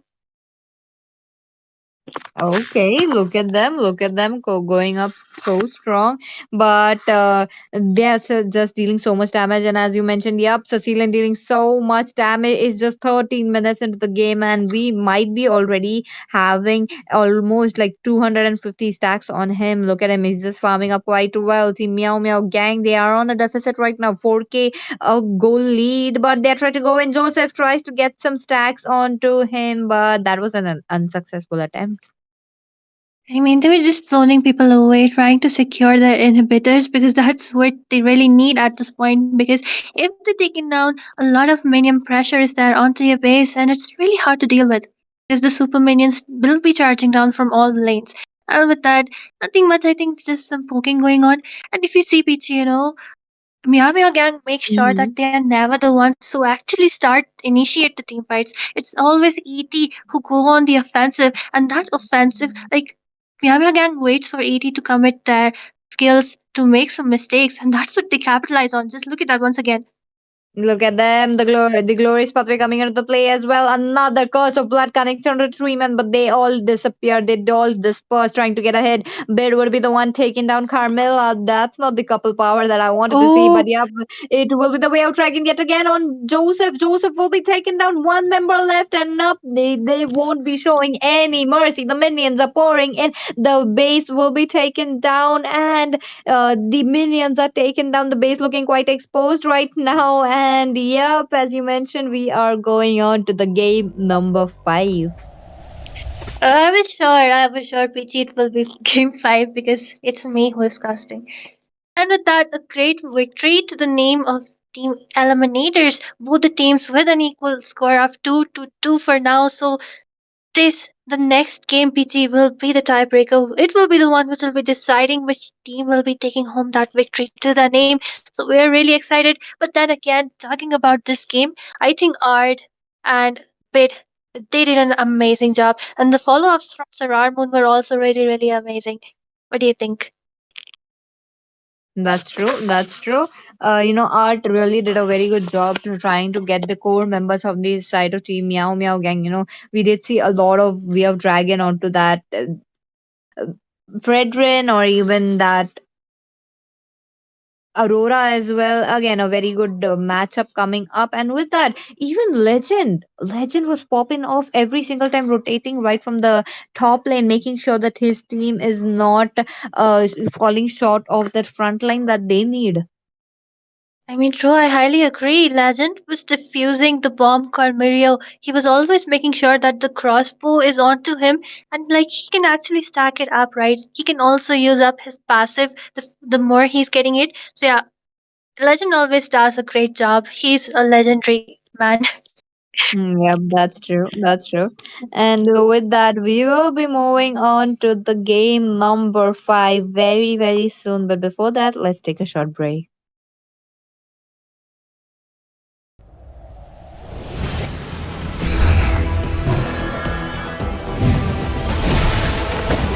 Our determination will never be extinguished!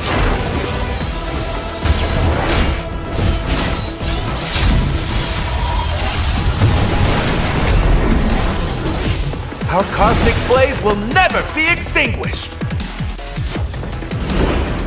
Cosmic flare! Time to shine, Dexter! Burn in the moment!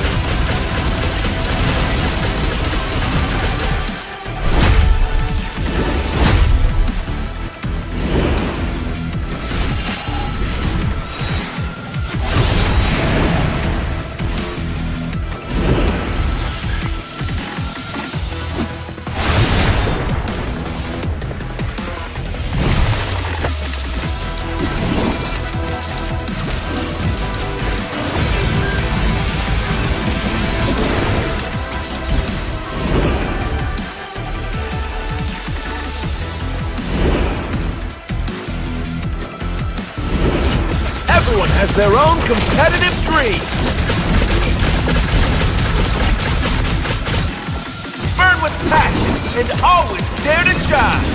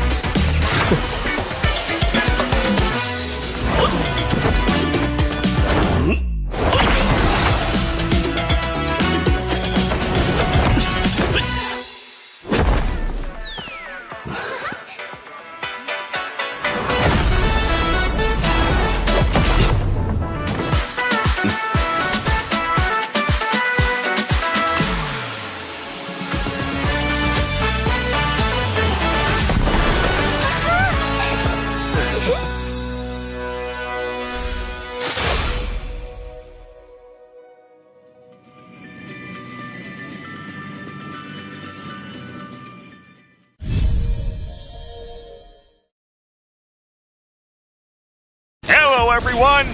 Welcome to our latest hero revamp, featuring Granger, the Death Chanter.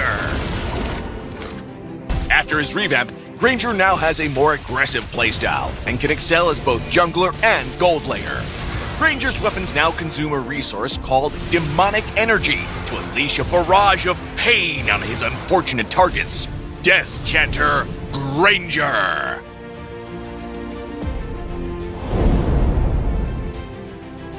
Passive skill, Capriccio. Granger's passive has been reworked. Skills that uses Demon Hunter weapons now consume demonic energy, a resource that regenerates over time. When Granger kills minions or creeps or participates in hero takedowns, the demonic energy cap of his weapons will permanently increase, and he will also recover a small portion of energy. All cooldown reduction obtained by Granger is converted into physical attack. First skill, Rhapsody.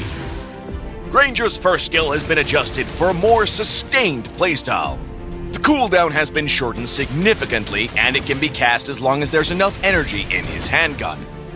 When Granger casts his first skill, he fires his handgun continuously in the target direction, dealing physical damage while consuming the handgun's energy. The final bullet of this attack will always crit. This skill deals bonus damage to creeps and minions, and Granger gains movement speed while shooting. Second skill, Rondo. Granger's dash remains mostly unchanged, but now grants demonic energy. When Granger uses his second skill, he dashes in the target direction and instantly replenishes a portion of his handgun's energy. Each time Granger hits an enemy with his first skill, it will reduce a portion of this skill's cooldown.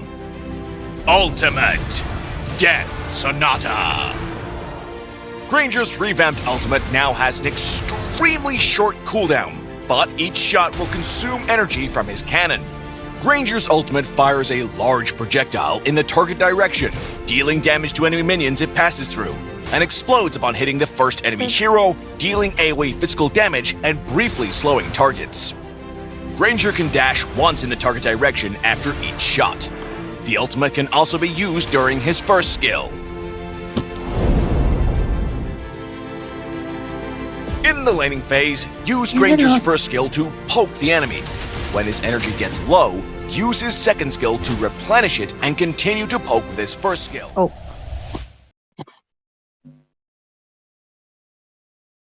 Good evening. And yep. It just PC just take it over. I thought you did not start, so yeah. And welcome back, everyone.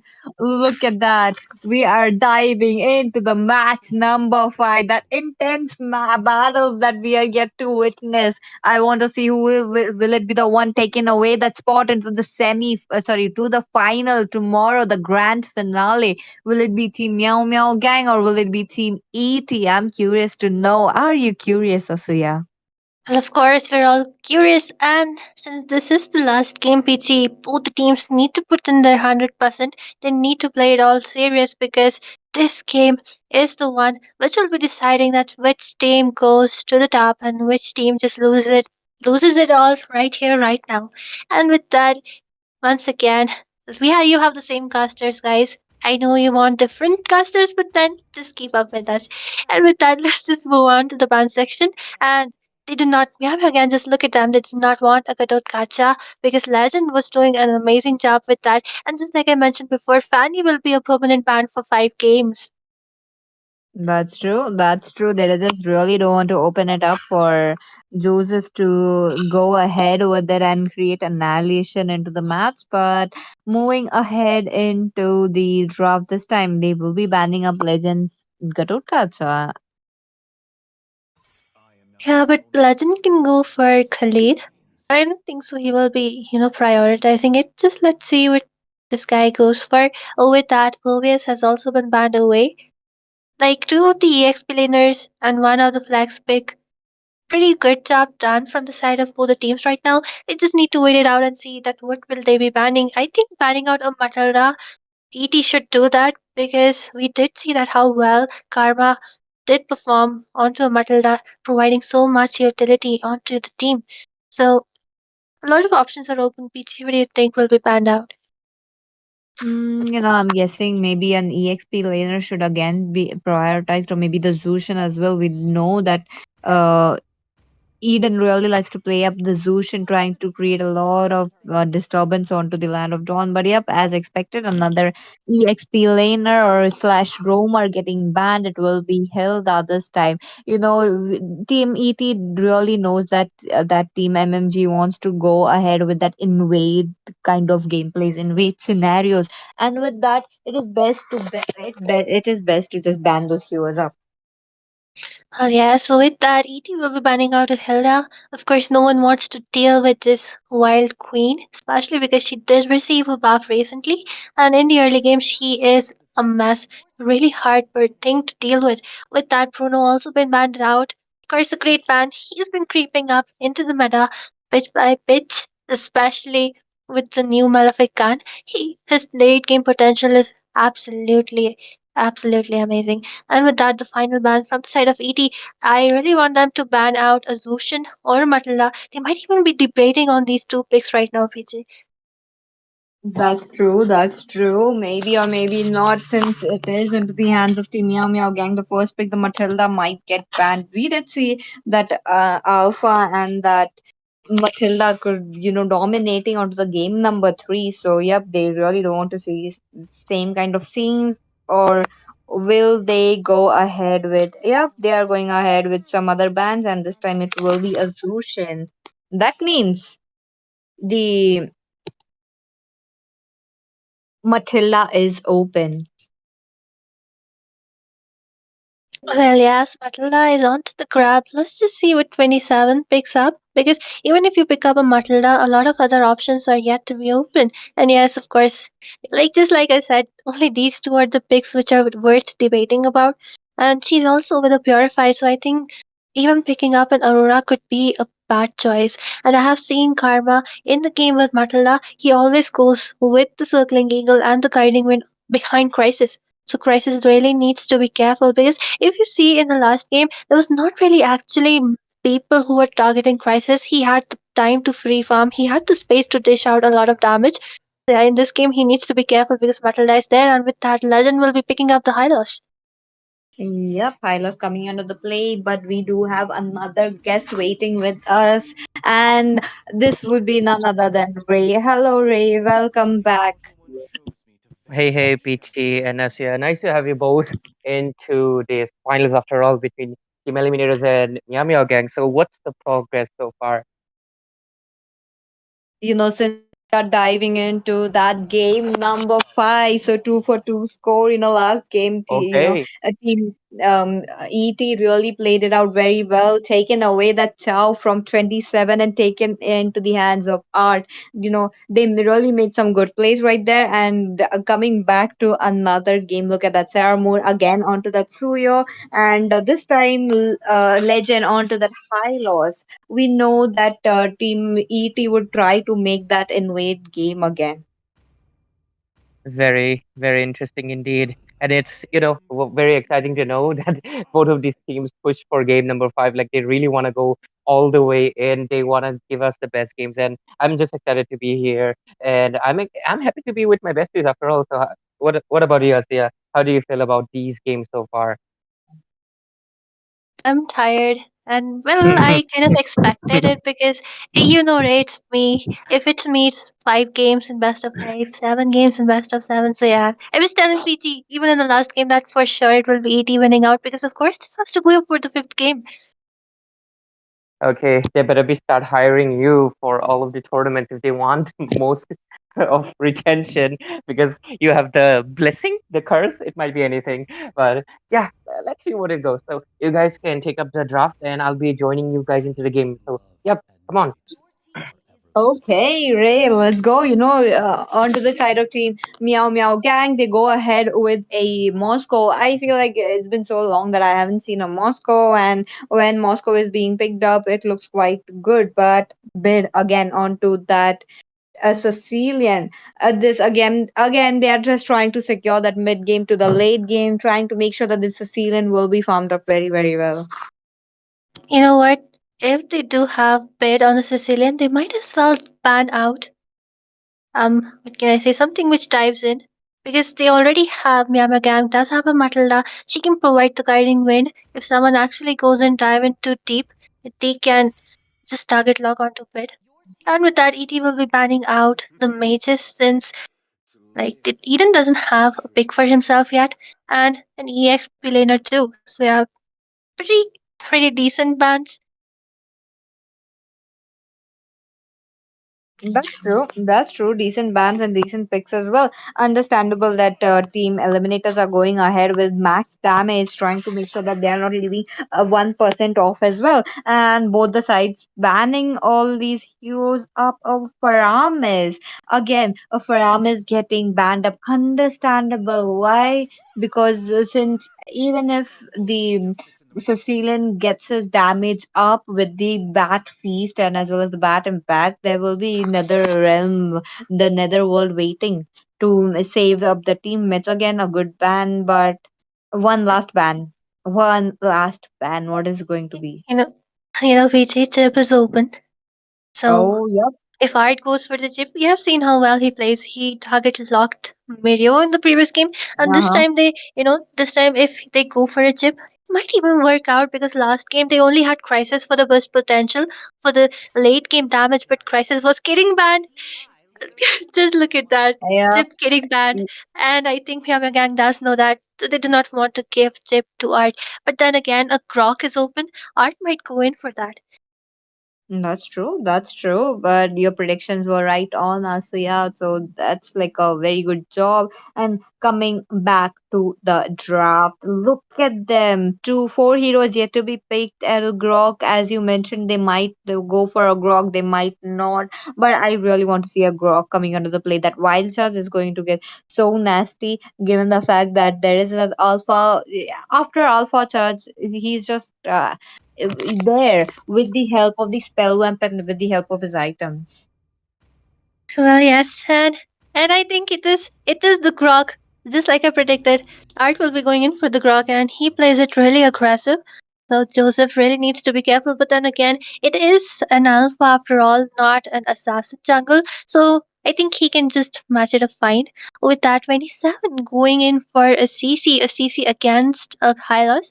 I think a great matchup, especially because they do have Karma on the Matala. She will be providing a lot of utility to CC. So the team composition with the final Lilia on the hands of Eden looking really really great because Lilia can zone out those hefty tanks, especially Legend and Art away.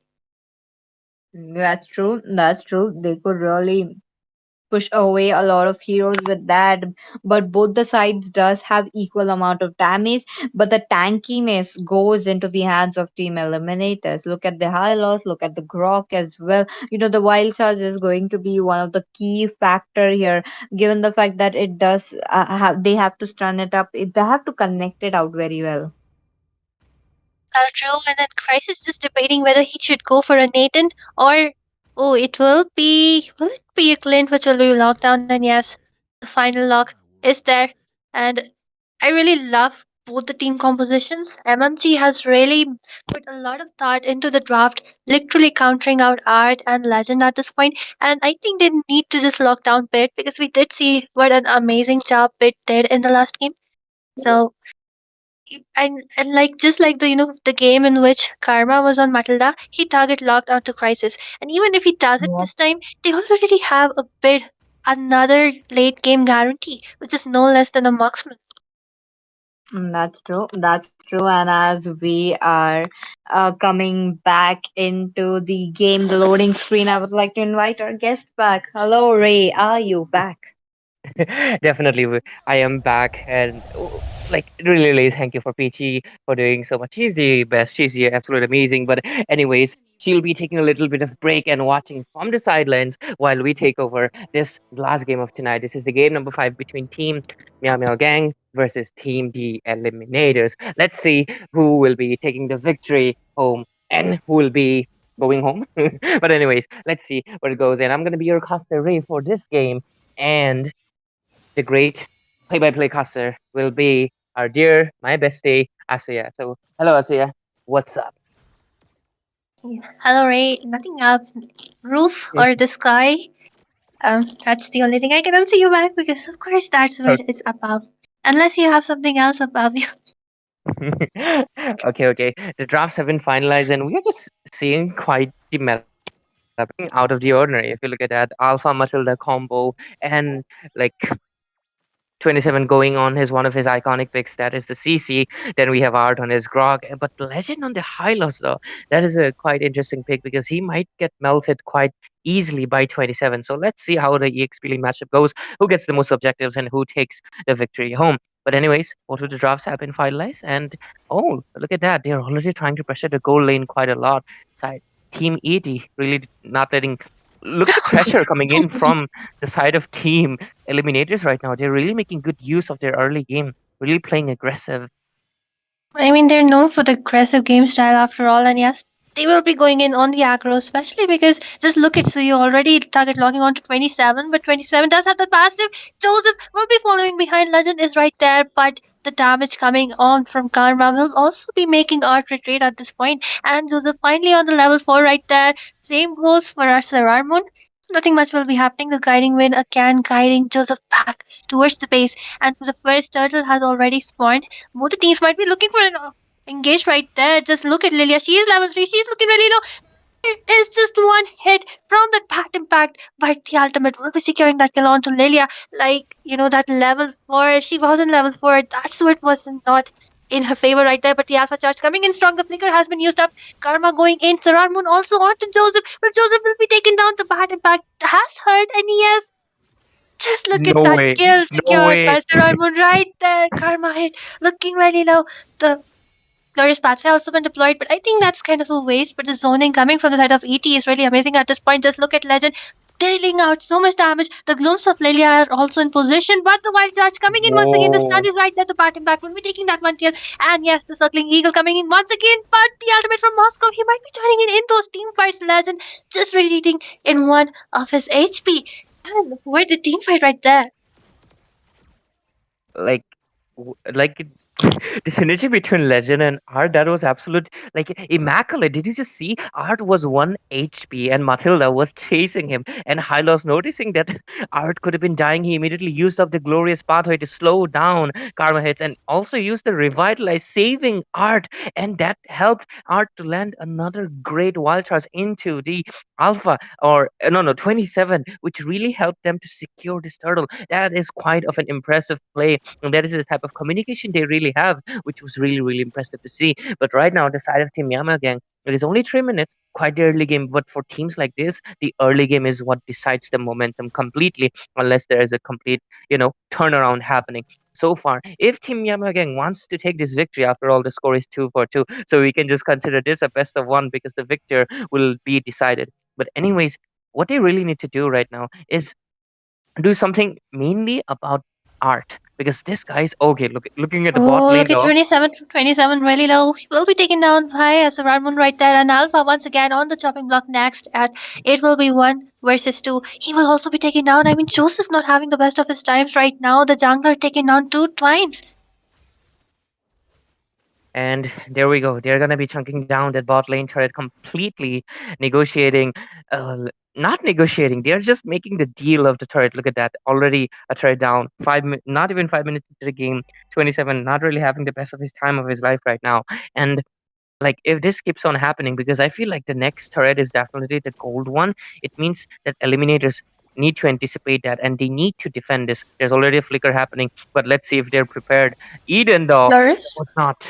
I mean, the Glorious Pathway was deployed and Eden was taken down just like that. She didn't have a magic push right there, but the Wild Charge coming in, the stun onto Joseph. Joseph looking really low. Legend is after his life. 1 HP, 1 HP. He will be surviving in that 1 HP. Meanwhile, just look at the zone coming in from the side of ED right there. Art looking really low, and Crisis will be securing that one hit on to 27. Karma hits looking really low. The Revitalize has also been popped up. So it is kind of a free turtle for ED once again, because I think Art is doing an amazing job. He zoned out Joseph, and that's what you need in those neutral objectives, right? Exactly. Art is just playing like a menace into this game. He is zoning out, and I'm absolutely loving the synergy between Legend and him. Like they have really good amount of connection, like synergy, and because of that, they have been able to win out almost all of the team fights. Both of them use their skills simultaneously, making sure to overwhelm the enemy as much as possible, and that is basically what eliminators are actually. Sorry, Team Myanmar Gang is actually lacking a little bit. They might be meowing their way out of this game because they are not really able to do much. It's already 2-7 score, and we are seeing a 3-4K goal lead. And if you look at the itemization, Joseph, sorry, Sararmon is already okay. Oh, the white dash and the flicker. Such a beautiful initiation from Art. Savar Moon will be securing that kill onto Joseph once again. 27 looking really low once again. And yes, it will be a double kill secured by Savar Moon right there. The Glorious Pathway has also been deployed. They're just zoning them away. But just look at Savar Moon. He is from behind trying to get those kills, trying to dish out some damage. They are creating a no man's land for in their own area. And Meow Meow Gang not able to retaliate at this point because the bad impacts and the Sanguine Claws. That's also something they need to look out for. But Sarah Moon is still there. I think they will be taking down the first tier turret though. But I think, this is something ED does quite a lot. They kind of overextend and end up throwing. So I think they should retreat. Well, Hasia, you better let Art know about this so they know that their team's weakness. But like he was definitely the weakness finder because what a beautiful wild charge that was into the mid lane. And this is what I really talk about almost every time that I cast for these tournaments is that like Grok is such a high micro level skill, right? If you can do these kind of wild charges, he's S tier. But if you're not able to do that, he's like below C tier hero. And Art is definitely playing on an S tier right now, not going into the A and not really making any kind of bad jokes. But anyways, they're going to be securing this last hurdle of this game. They secured almost all of the objectives right so far, so that means that's going to be a lot of goal lead, and they're already leading with 4,000 goal lead. Team Myanmar Gang though, they're trying to make a little bit of play, but because look at that, Mirio is trying to split push, but at the same time he's a little bit confused. Does he want to join the team fights? But I feel like split pushing would be the best case scenario. But I guess Crisis, he's aware of the map as well as Sorar Moon, and they also have the Sky Piercers. They probably have like 20 to 30 stacks right now because they bought it a little bit later. So let's see if they're gonna be able to shut down because they have a lot of bounty right now. So yeah, and there is a possible engage. Okay, they are just gonna be retreating. They're just looking to clear up those lanes at this point, and Myanmar Gang just getting forced back. Let me just look at the concealed gameplay, not amounting to anything.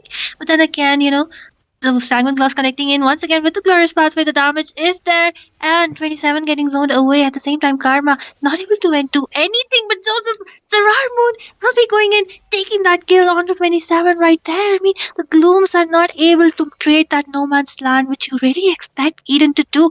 And with that, maybe the blue buff will be in the hands of Zerar Moon, but no, it will be Joseph. But look at that, the Sanguine Class wasn't able to connect, but the bat impact hitting quite a lot at this point. They are going in really aggressive for the second tier turret. Like team eliminators, like they're eliminating the objectives left and right because look at that, they got all the turtles, and right now they're just marking down the turrets. Top lane, okay, they're going in. Yeah, but the But okay, Spear of Destiny might disengage. connect. I do not think so. He will be coming in. But then again, the Silver Moon with that stun was really great. Yeah, yeah. I mean, they're just gonna be waiting it out because look at the clock. It's 30 seconds left for the first elemental lord. They're gonna be probably taking it without any contestant coming because I feel like Team Yamagang they're not really in the position to do right now. Sicilian will also be getting his hands into the purple buff, which means that he will have 50% more uptime onto his skills, and he will be able to deal a lot more bad impacts. And yep, he won't be running into any mana issues. But okay, they're proceeding to the bot lane. Perhaps wanted to make a split push, wanted to make a little bit of time because look at the goal lead. It's 6,000. But okay, there is an Mm. engage right here. Maybe they're just zoning out. Yeah, Yes, there was a zone out, but just look at that. It's only 9 minutes into the game. 10 kills in the hands of Team Eliminators, also with the goal lead, and the macro also looking into their favor because just look at them. Not they only have one turret down from the bot lane. The rest, it's all Miyama Gang was losing it out quite a lot. And with that, the first turtle of the game once again secured by Sarar Moon without much problem. So, what do you think Miyama Gang should do now, Ray? Meow Meow Gang can only meow like a cat right now because they are really pushed into a corner like a kitty cat, and they are not able to do anything because look at the scoreboard right now. They only have 2 kills, and that is much more like because the side of eliminators they were extending a little bit. Eliminators really want to eliminate them out of this competition because they've been playing really aggressive, not even giving a single window of opportunity that the side of Team Yama Gang is really looking for. Because like look at the goal lead right now. It's 7K only 10 minutes into the game, and the evil Queller it's already hitting quite hard into even Eden on that Lilia right now, and they're really not having their best of the time. And the Lord is already marching down onto the top lane. They're probably going to be trying to take down one inhibitor turret. So let's see what do they do in this engage. Art, I have my eyes on you.